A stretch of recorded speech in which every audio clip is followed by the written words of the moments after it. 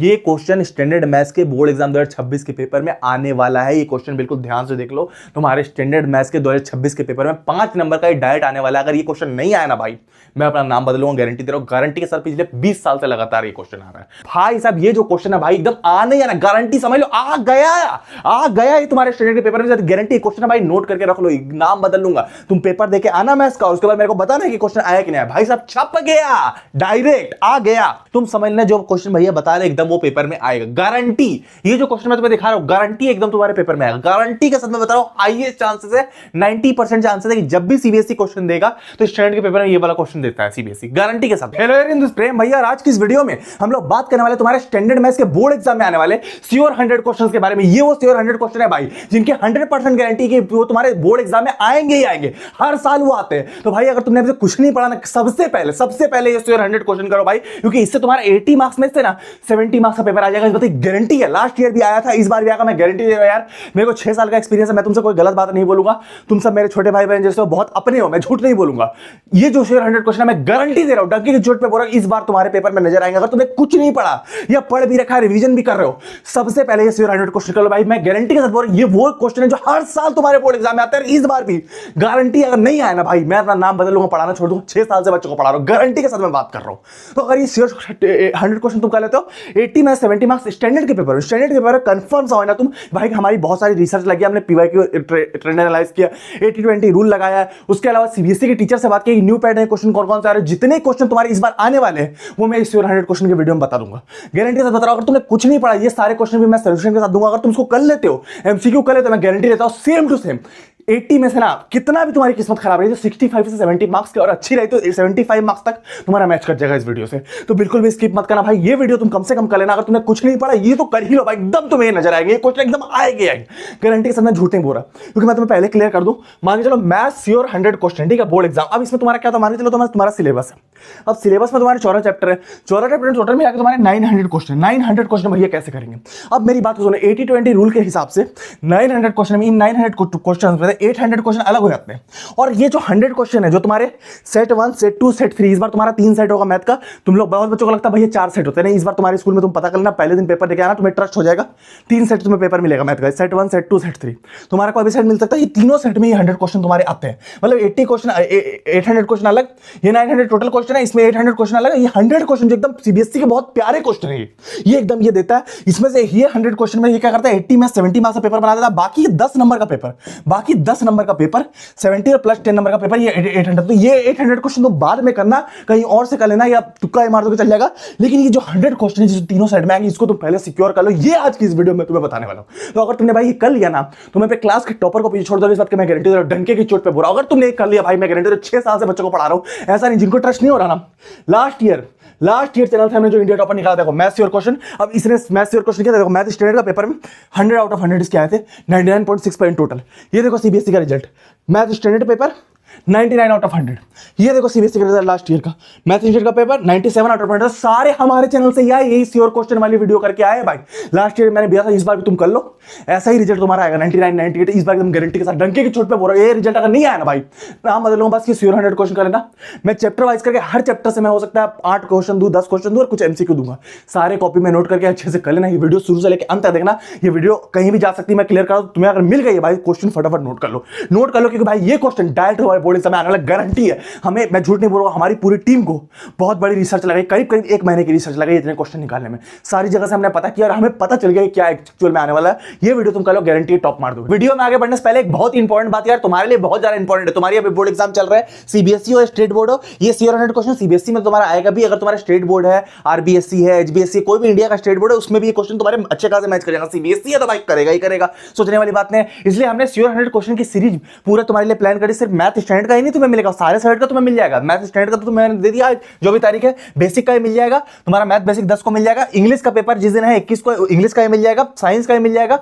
21 को तुम्हारा 25 का पेपर है, आईटी का तुम्हें मिल जाएगा, हिंदी का मिल जाएगा, और तुम्हारा एसएसटी का मिल जाएगा। सारे पेपर्स मैंने प्लान कर दिए तुम्हारे लिए, डेट शीट के हिसाब से प्लान कर दिया, ठीक है। सीबीएसई बोर्ड के हिसाब से प्लान कर दिया, तुम्हारा कोई भी और भी बोर्ड है तब भी चल जाएगा, और सारे क्वेश्चन एकदम आने वाले गारंटी के साथ। मैं तुम्हें करना क्या है, तुम्हें बस एक चीज करनी है, बस चैनल को सब्सक्राइब करना है कि तुम्हें नोटिफिकेशन मिल जाए। बस मेरे चैनल पे जाना है, बस कुछ नहीं करना, सब्सक्राइब कर देना है यहाँ पर, तुम्हारा नोटिफिकेशन में यहाँ पर ऑल पर क्लिक कर देना, ठीक है। जैसे ऑल पर क्लिक करोगे यहाँ पर तुम्हारा जो भी वीडियो आएगी तुम्हें नोटिफिकेशन मिल जाएगा, क्योंकि भाई ये चैनल खो जाएगा, फिर वीडियोस नहीं मिलेगी। समझ रहे, बहुत सारे तुम्हारे इंपॉर्टेंट एकदम तुम्हारा पेपर आएगा इससे। जाके अभी सब लोग सब्सक्राइब कर लो हम लोग फिर वीडियो में आगे चलेंगे। जल्दी जाकर सब्सक्राइब कर लो, कर लिया होगा सब्सक्राइब, ठीक है। और इस वीडियो को लाइक भी कर देना यार, बहुत मेहनत लगी बनाने में।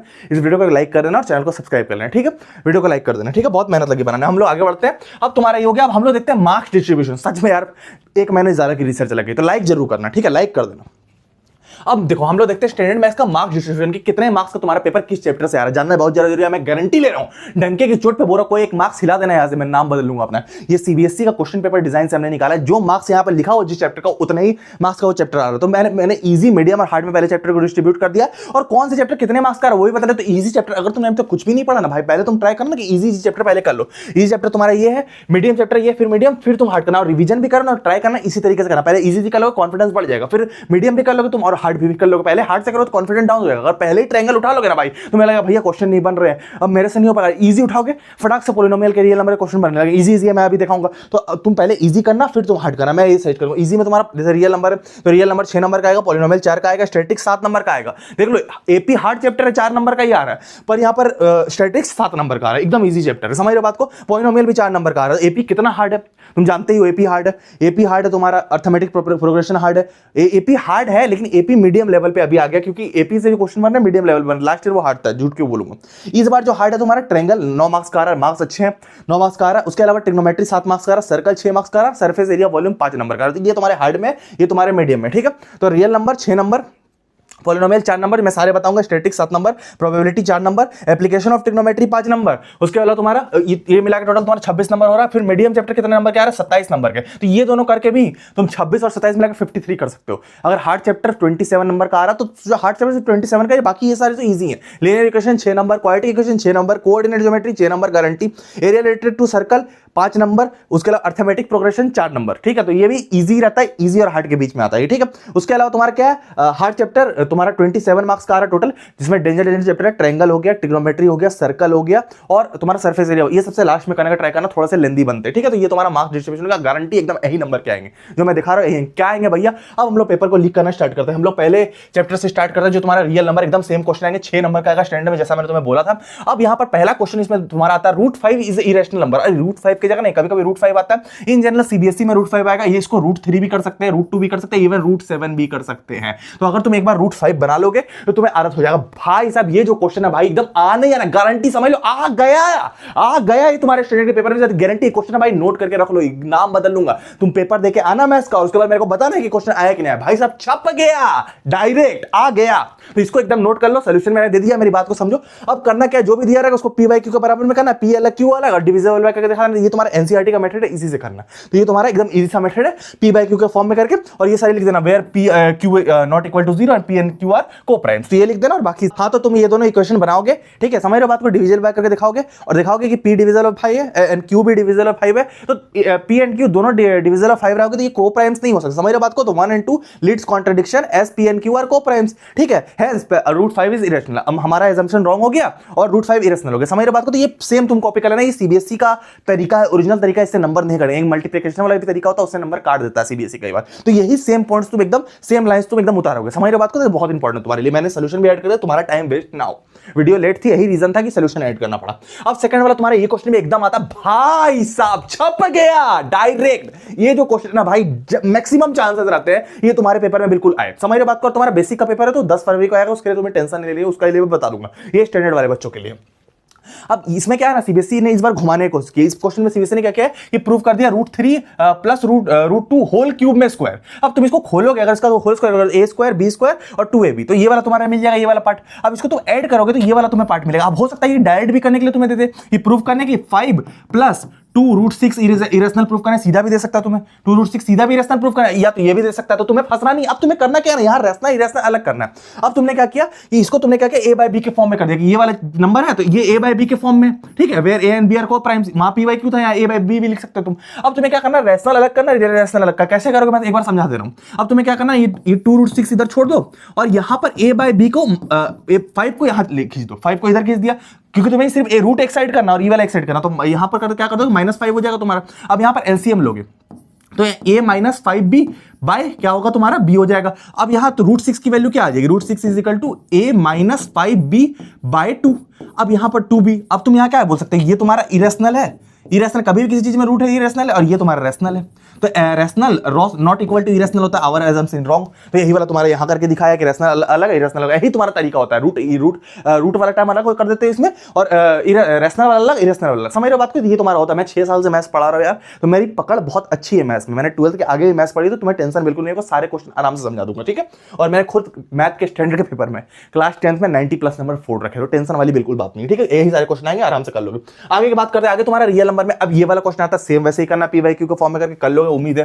ये 1/√5 कई बार बोलोगे, फंसोगे नहीं, एकदम सेम तरीके से करोगे। समझ बात को, कोई टेंशन नहीं। फिर वहीं पर तुम बोलोगे leads contradiction that p and q are co-parents and 1/5 is a irrational number, ठीक है। तो ये सीबीएसई का ऑफिशियल स्टेटमेंट है, इसी तरीके से करना रहता है। समझ रहे बात को, और ये 3-3 नंबर के तुम्हारे आते हैं कन्फर्म, ठीक है। आगे बढ़ते हैं, आगे तुम्हारा क्या है कि सो डेट द नंबर, अब यहां पर तुम्हें कोई एक नंबर दे दिएगा, समझ, आप बोलेगा इज ए कंपोजिट नंबर। अब नंबर तो बच्चा देख के डर जाएगा, भैया कंपोजिट क्या होता है। पहले दो चीजें समझो, प्राइम नंबर और कंपोजिट नंबर दो चीजें होता है। प्राइम क्या क्या होता है, प्राइम क्या होता है, कंपोजिट क्या होता है, कंपोजिट क्या होता है। अब सुनो, प्राइम नंबर किसी भी वो नंबर को बोलते हैं जो खुद से कटे और 1 से कटे। जैसे तुम्हारा 5, अब 5 किसी से कटेगा नहीं, 1 से कटेगा और खुद से कटेगा, डिवाइड कर सकते हो। अब तुम क्या 7 किसी से कटेगा, 5 नहीं कटेगा। तो ये सब सारे प्राइम नंबर है। 2 भी तुम्हारा प्राइम नंबर है, 1 से कटेगा और खुद से कटेगा। 2 किसी और से कट रहा है, 2 कटता है, डिविजिबल रहता है, लेकिन किसी कट नहीं रहा। तुम देखो छोटा नंबर है, 2 सिर्फ 1 से कटेगा और 2 से डिवाइड होगा। समझ रहे हो बात को। इसी तरीके से कुछ नंबर जैसे 13, तो 13 किसी तुम्हारा किसी से नहीं कटेगा। तो ये सारे प्राइम नंबर होता है। जो प्राइम नंबर नहीं वो कंपोजिट नंबर है। जैसे प्राइम नंबर, जैसे 9 प्राइम नंबर नहीं कंपोजिट, क्यों? क्योंकि ये 3 से भी कट जाएगा और 9 से भी कट जाएगा और 1 से भी कट जाएगा। समझ रहे हो बात को। और लेकिन अगर तुम्हारा 13 रहेगा तो वो सिर्फ 1 से कटेगा और तुम्हारा खुद 13 से कटेगा। तो जो खुद से कटे और 1 से कटे उसी को तुम्हारा प्राइम नंबर बोलते हैं। जिसको डिवाइड कोई नंबर नहीं कर सकता, 9 तो आके 3 डिवाइड कर दे रहा है, तो इसको कंपोजिट नंबर बोलते हैं। अब बोल रहा है इसको कंपोजिट नंबर, अब तुम्हें थोड़ा समझ में आ रहा होगा। अब इसको कंपोजिट नंबर बताने बोल रहा, भैया 2 नंबर का हर बार आता है, हर बार पेपर में आता है। कंपोजिट नंबर कैसे बनाओगे, अब तुम्हें ये साबित कर देना कि ये किसी और नंबर से भी कट रहा है। तो तुम इसका एलसीएम लोगे ना, तो यहां तुम्हें दिखेगा कि 11 इंटू मल्टीप्लाई हो रहा है। तो यहीं पर ये साबित होगा कि 11 से डिवाइड हो रहा है, और उन 1 से तो हो ही रहा हो, किसी से नहीं हो रहा। तो तुम यहां दिखा लोगे कि 11 से डिवाइड हो रहा है। इसका फैक्टर तुम्हारा क्या है, 11 इंटू 11 इंटू 2 की पावर 3। अब तुम दिखा लोगे 8 means the number can be expressed as product of two prime factor. More than 2 से होता है प्राइम फैक्टर, तो तुम्हारा कंपोजिट नंबर सेम है। इसी तरीके से प्राइम नंबर ही पूछता है। ये तुम्हारा मोस्ट इंपॉर्टेंट क्वेश्चन एकदम आएगा पेपर में, ठीक है। तो वो तुम कर लोगे।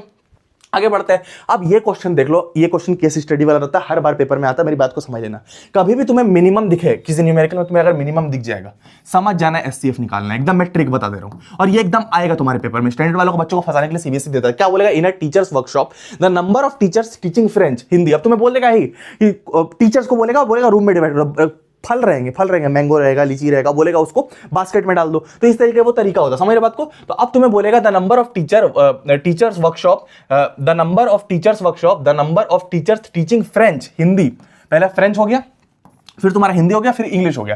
ये तुम्हारे इतने हैं। अब find the minimum number of rooms. अब टीचर को मिनिमम नंबर ऑफ रूम में रखना है। Each teacher have same of the teachers seated in all of them in subject. अब तो ये तुम्हें फंसाने के लिए बोल रहा, कोई दिक्कत नहीं, तुम्हें समझना है ये चीजें। ये तीनों का तुम्हें एचसीएफ निकालना, पहले प्यार से तीनों का एचसीएफ निकाला। अब तुम्हें टीचर रहे तो उनको रूम में बांटना। तो मान के चलो तुम्हारे जितने, जैसे तुम्हारा क्या बोला था कि फ्रेंच के 48 टीचर है, तो फ्रेंच की 48 टीचर को बराबर रूम मिलना चाहिए, सारे को बराबर मिलना चाहिए। तो एचसीएफ से तुम डिवाइड करोगे तो बराबर नंबर ही आएगा। तो 48 को तुम 16 से डिवाइड करोगे, उसके बाद 18 को 16 से डिवाइड करोगे, जितने नंबर है सबको डिवाइड कर जाओगे, और 144 को 16 से डिवाइड करोगे, सबको डिवाइड करोगे, तो तुम्हें सबका रूम मिल जाएगा। सबको यहां पर ऐड कर दिया, एक साथ यहां पर कर दिया। जैसे तुम्हारा फ्रेंच का टीचर है ना, तो 48 और इसका एचसीएफ कितना आया था तुम्हारा, टोटल 16 आया था। 48 को 16 से डिवाइड करोगे, यहां पर इसको कितने रूम चाहिए, 48 को 16 से, यहां इसको 3 रूम चाहिए होगा। समझ रहे बात को। इसी तरीके से 3 करके ऐड करके सारा 17 रूम हो जाएगा। तो इस तरीके से चाहिए होगा। तो तीनों अलग अलग करके रूम को डिवाइड करके तुम्हें ऐड कर देना। तो इस तरीके के क्वेश्चन तुम्हारे आते हैं। समझ रहे बात को, बहुत इंपॉर्टेंट क्वेश्चन है, तो कर लेना हमेशा। जब भी देखना मिनिमम रहे एचसीएफ रखना, निकालना। समझ रहे बात को। आगे बढ़ते हैं। अब यहां बोलता है, एक और क्वेश्चन आता है कि why 6n can never end with digit 0। कभी भी कोई नंबर 0 से एंड होता है, कोई भी नंबर ये 0 से एंड हो रहा है 10 से, तो 10 है 0 से एंड हो रहा है। अब ये 0 से एंड हो रहा, मतलब ये डिविजिबल बाय 5 होगा। अगर ये डिविजिबल बाय 5 नहीं होगा तो ये कभी भी 0 से एंड नहीं हो सकता। समझ रहे हो बात को। इसका प्राइम फैक्टर एक 5 होना चाहिए। 10 ही है तो 2 इंटू 5 होगा तुम्हारा। कोई नंबर 100 है, इसी को 100 कर, ये भी 0 से एंड हो रहा है, इसका प्राइम फैक्टर कितना है, तो मैं मानता हूं यहां पर कितना हो जाएगा, 20 इंटू 5 हो जाएगा। 20 इंटू तो 5 तो आ रहा है सबके प्राइम फैक्टर में। तो कोई नंबर जब 0 से एंड होगा उसके एंड में 5 आना चाहिए। अब बोल रहा 6n क्यों 5 एंड विद 0 नहीं हो रहा है। अब यहां पर तुम्हें साफ दिख रहा है कि 6n का प्राइम फैक्टर क्या होगा। यहां पर बता रहा है 2 इंटू 3 की पावर n, इसमें 5 तो नहीं है, तो 5 नहीं है, तो भाई 6n ने यही वाला स्टेटमेंट लिख के आया। ये स्टेटमेंट रट लेना भाई, यही लिख के आना जब तुम्हें बोलेगा। तो ये क्वेश्चन एकदम आता है पेपर में, स्टैंडर्ड वालों को जल्दी ज्यादा फंसाने के लिए। अब तुम्हारे एक और क्वेश्चन एचसीएफ वाला। तो यहाँ एक फॉर्मूला लगता है सिंपल सा, कि product of two number A into B कोई नंबर है तो उसको बोलता है HCF of A B, HCF of A into B, जो एचसीएफ निकालोगे तुम इस दो नंबर का into LCM of A B, LCM of A B, ठीक है। तो इस दो नंबर का तुम्हारा प्राइम फैक्टर लगता है, तो इस तरीके से तुम करोगे तो तुम्हारा निकल जाएगा, ठीक है। तो उसके अलावा तुम्हारा which of the following is a rational number between √3 and √5। अब देखो which of the following is a rational number between √3 and √5। अब तुम्हें ये थोड़ा सा कॉन्सेप्चुअल ज्यादा रखना पड़ेगा। √3 और √5 के बीच में कौन सा नंबर है? √3 का नंबर क्या होता है तुम्हें पता है? इसका वैल्यू क्या होती है? 1.732। अगर तुमने हाइट एंड डिस्टेंस बनाया होगा एप्लीकेशन में तुम्हें पता होगा 1.732 होती है। √5 की वैल्यू क्या होती है? दिमाग लगाओगे तुम्हें पता चलेगा 2.3 के आसपास होती है। इसके बीच में क्या आ रहा है? यही पूछ रहा है। तो इसके बीच में क्या आ रहा है? 2.3 से ऊपर ही है वो, तो इसके बीच में तुम्हारा यही वाला नंबर आ रहा है जो तुम्हारा है। तो थोड़ा कॉन्सेप्चुअल स्टैंडर्ड वाले बच्चों को उतना समझना पड़ेगा। तुम्हें समझ रहे हो बात को? तो ये तुम्हारी चीजों का आगे बढ़ते हैं। आगे तुम्हारा 0.4 इज एन इरेशनल है, क्या है? अब कोई भी बच्चे देखो तुम कभी भी संकोच मत करना, कभी भी किसी नंबर में रूट आ जाए समझ जाना वो इरेशनल है। वो रूट अगर तुम्हें दिख गया, कुछ भी हो 1/5 हो, कुछ भी रूट दिख गया इरेशनल है। और रूट नहीं दिखा तब तुम्हारा 2 1/1/3 ए बी तुम्हारा कुछ भी कोई भी नंबर हो वो रैशनल ही है। समझ रहे हो बात को? उसका क्यूब लग जाए उसमें कुछ भी हो जाए वो रैशनल है। समझ रहे हो बात को? Anything can happen. रूट नहीं रहेगा वो इरेशनल रहेगा। इरेशनल करने के लिए उसको रूट चाहिए होता। अगर किसी नंबर में रूट मिल गया, अब तुम्हें 2 दिख गया, √3/2 दिख गया, तब समझ लेना वो इरेशनल है। समझ रहे बात को? वो इरेशनल है। तो वो तरीका होता है इरेशनल दिखाना, रूट चाहिए। अब इसमें रूट है, समझ जाना इरेशनल है, बिना सोचे इरेशनल है मार दो। अब which of the following can not be unit digit 8 10। अब वेयर नेचुरल नंबर है, which of the following can not be unit digit of 8 10। 0 नहीं होगा, वही पूछ रहा है। 8 10 कैन नेवर एंड विद 0, वही सेम हिसाब है तुम्हारा। समझ रहे हो बात? क्वेश्चन नंबर 5 तुम्हारा क्या बोल रहा है कि LCM of smallest prime number है, smallest odd composite number. Smallest prime number मैंने तुम्हें बताया था 2 होता है, और ओड कंपोजिट नंबर तुम्हें पता है कि 9 होता है, जो कि कंपोजिट हो मतलब कट जाए किसी से, और ओड भी हो। तो सब स्मॉलेस्ट कौन सा है? 9 है। तो 2 और 9 का तुम्हें निकालना है। 2 और 9 का तुम्हें क्या करना है? यहाँ पर एलसीएम निकालना। तो दोनों का एलसीएम तुम निकालोगे तो 18 तुम्हारा आ जाएगा। तो ये तुम्हारा आंसर हो जाएगा, ठीक है। हम लोग आगे बढ़ते हैं। आगे तुम्हारा कुछ चीजें जो स्टैंडर्ड के पेपर को हार्ड बनाने के लिए दी जाती है। कभी भी एक चीज तुम ध्यान रखना, असर्शन रीजनिंग वाले क्वेश्चन में कई बार फंसाने की करी जाती है कि तुम्हें 2 टाइप के स्टेटमेंट दे दिए, दोनों तुम्हें सिमिलर लगेंगे, और तुम हमेशा यही मारते हो कि both A and R true, दोनों तुम्हें सही लगते हैं, तो तुम बोलते हैं both A and R true और R is a correct explanation of A. ही तुम्हारा गलत हो जाता है। आर हमेशा करेक्ट एक्सप्लेनेशन नहीं होता, दोनों सही तो होता है। इस यहां पर इन जनरल बी ऑप्शन होता है, जैसे इस क्वेश्चन में भी तुम्हारा बी ऑप्शन होगा, दोनों सही तो है, पर R is not a correct reason of A, रीजन नहीं दे रहा।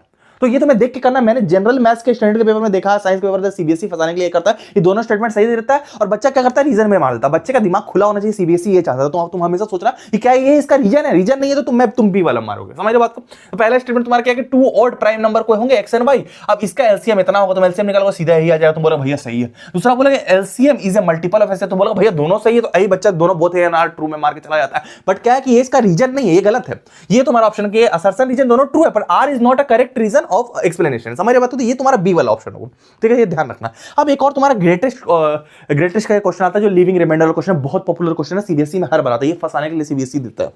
बोलता है the greatest number which divides 281 and 1249 leaving remainder 5। कभी भी लिविंग रिमाइंडर बोले, लिविंग रिमाइंडर का मतलब क्या है कि कोई ऐसे नंबर से जब डिवाइड करेंगे तो रिमाइंडर छोड़ दे, तो हमें कैसे पता चलेगा? कोई नंबर किसी को पूरा काट दे। अब हमें ऐसा नंबर खोजना जो इनको पूरा काट दे।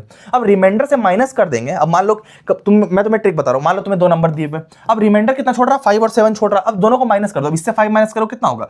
200 तुम्हारा हो जाएगा 76, ठीक है। और इससे तुम माइनस करो कितना? जितना बोल रहा 7 बोल रहा है, तो यहां हो जाएगा 1242। अब इन दोनों को तुम क्या करो? एचसीएफ निकाल दो। एचसीएफ निकालो तो 138 आएगा। अब इन दोनों को जब तुम इससे डिवाइड करोगे तो तुम्हारा रिमाइंडर उतना छूटेगा। समझ रहे बात को? तो ये वाला इन दोनों का एचसीएफ निकालोगे तुम्हें नंबर मिल जाएगा, ठीक है। तो इस तरीके से होता है। इस टाइप का क्वेश्चन आता है तुम्हारा, बच्चा फंस जाता है, नहीं आता। अब हम लोग आते हैं पॉलिनोमियल में। पॉलिनोमियल बहुत अच्छा चैप्टर है, 4 नंबर आ रहा है। इसमें 2-3 चीजें तुम्हें ध्यान रखनी है, बस 2 फॉर्मूला पे ध्यान रखोगे तो काम तुम्हारा हो जाएगा एकदम। ये जो क्वेश्चन है भाई तुम्हारे पेपर में डायरेक्ट छपने वाला, मैं गारंटी दे रहा हूं। तुम्हें जीरोस निकालने आएगा, ध्यान रख लेना। पेपर में तुम्हें क्वेश्चन आएगा जीरोस निकालने के लिए, तुम ध्यान रखना। जीरोस निकालने के लिए पहले कुछ चीजें पहले ध्यान दो, बहुत इंपॉर्टेंट मैं बता रहा हूं। कभी भी कोई पॉलिनोमियल देखोगे ना, पहले तुम इसको कंपेयर करोगे। कंपेयर कैसे करोगे? ax² इसकी general form ax² plus bx plus c, इसके जनरल फॉर्म से इसको कंपेयर करोगे, इजिकल टू 0, इससे कंपेयर करोगे तो ए और बी और सी की वैल्यू पता चलेगा। अब इसमें एक फॉर्मूला इन्वॉल्व होता है, 2 फॉर्मूला एक्चुअली होते हैं कि अल्फा प्लस बीटा, जो 0 होता है, अल्फा बीटा को जीरोस बोलते हैं, इजिकल टू -b/a, तुम्हें पता होगा, और alpha into beta alpha into beta का मल्टीपल करते हैं तो is equal to C by a के बराबर होता है। ठीक है, तो ये दोनों चीजें बराबर होती है। तो ये दो फॉर्मुलाज होते हैं जिससे घुमा घुमा के तुम्हें जीरोस और पॉलिनोमियल निकालने रहते हैं। अब यहाँ पूरा जीरोस निकालो, तुम फटाक से यहाँ पर क्या करोगे, जीरोस निकालो। अब पूरा इनके ऐसा पॉलिनोमियल भी खोज दो। अब स्टैंडर्ड का पेपर हार्ड बनाएंगे तो जीरोस तो तुमने निकाल के बोल दिया भैया ये जीरोस है फैक्टराइजेशन मेथड से। अब पूरा hence write a polynomial whose zeros are reciprocal of the polynomial RX. अब रेसिप्रोकल का मतलब उल्टा, तो क्या करोगे तुम, जो जीरोस निकाले तुम उसको उल्टा कर दो। जीरोस जो निकले अब 1/4 को क्या कर दिया, रेसिप्रोकल उल्टा कर दिया, 4 कर दिया, और -1 को तो वही उल्टा -1 होता है घुमाने के लिए। अब तुम्हें क्या करा, सम ऑफ जीरोस कर देना, प्रोडक्ट ऑफ जीरोस करना, सम और जीरोस और प्रोडक्ट ऑफ जीरोस, तुम आराम से पॉलिनोमियल निकाल सकते हो। जीरोस के थ्रू तो पॉलिनोमियल तुम निकाल सकते हो स्टैंडर्ड फॉर्म में लाके, तो उस तरीके से तुम आराम से निकाल सकते हो ए और बी के वैल्यू निकाल के। समझ रहे बात को, तो इस तरीके से तुम्हारा निकलता है।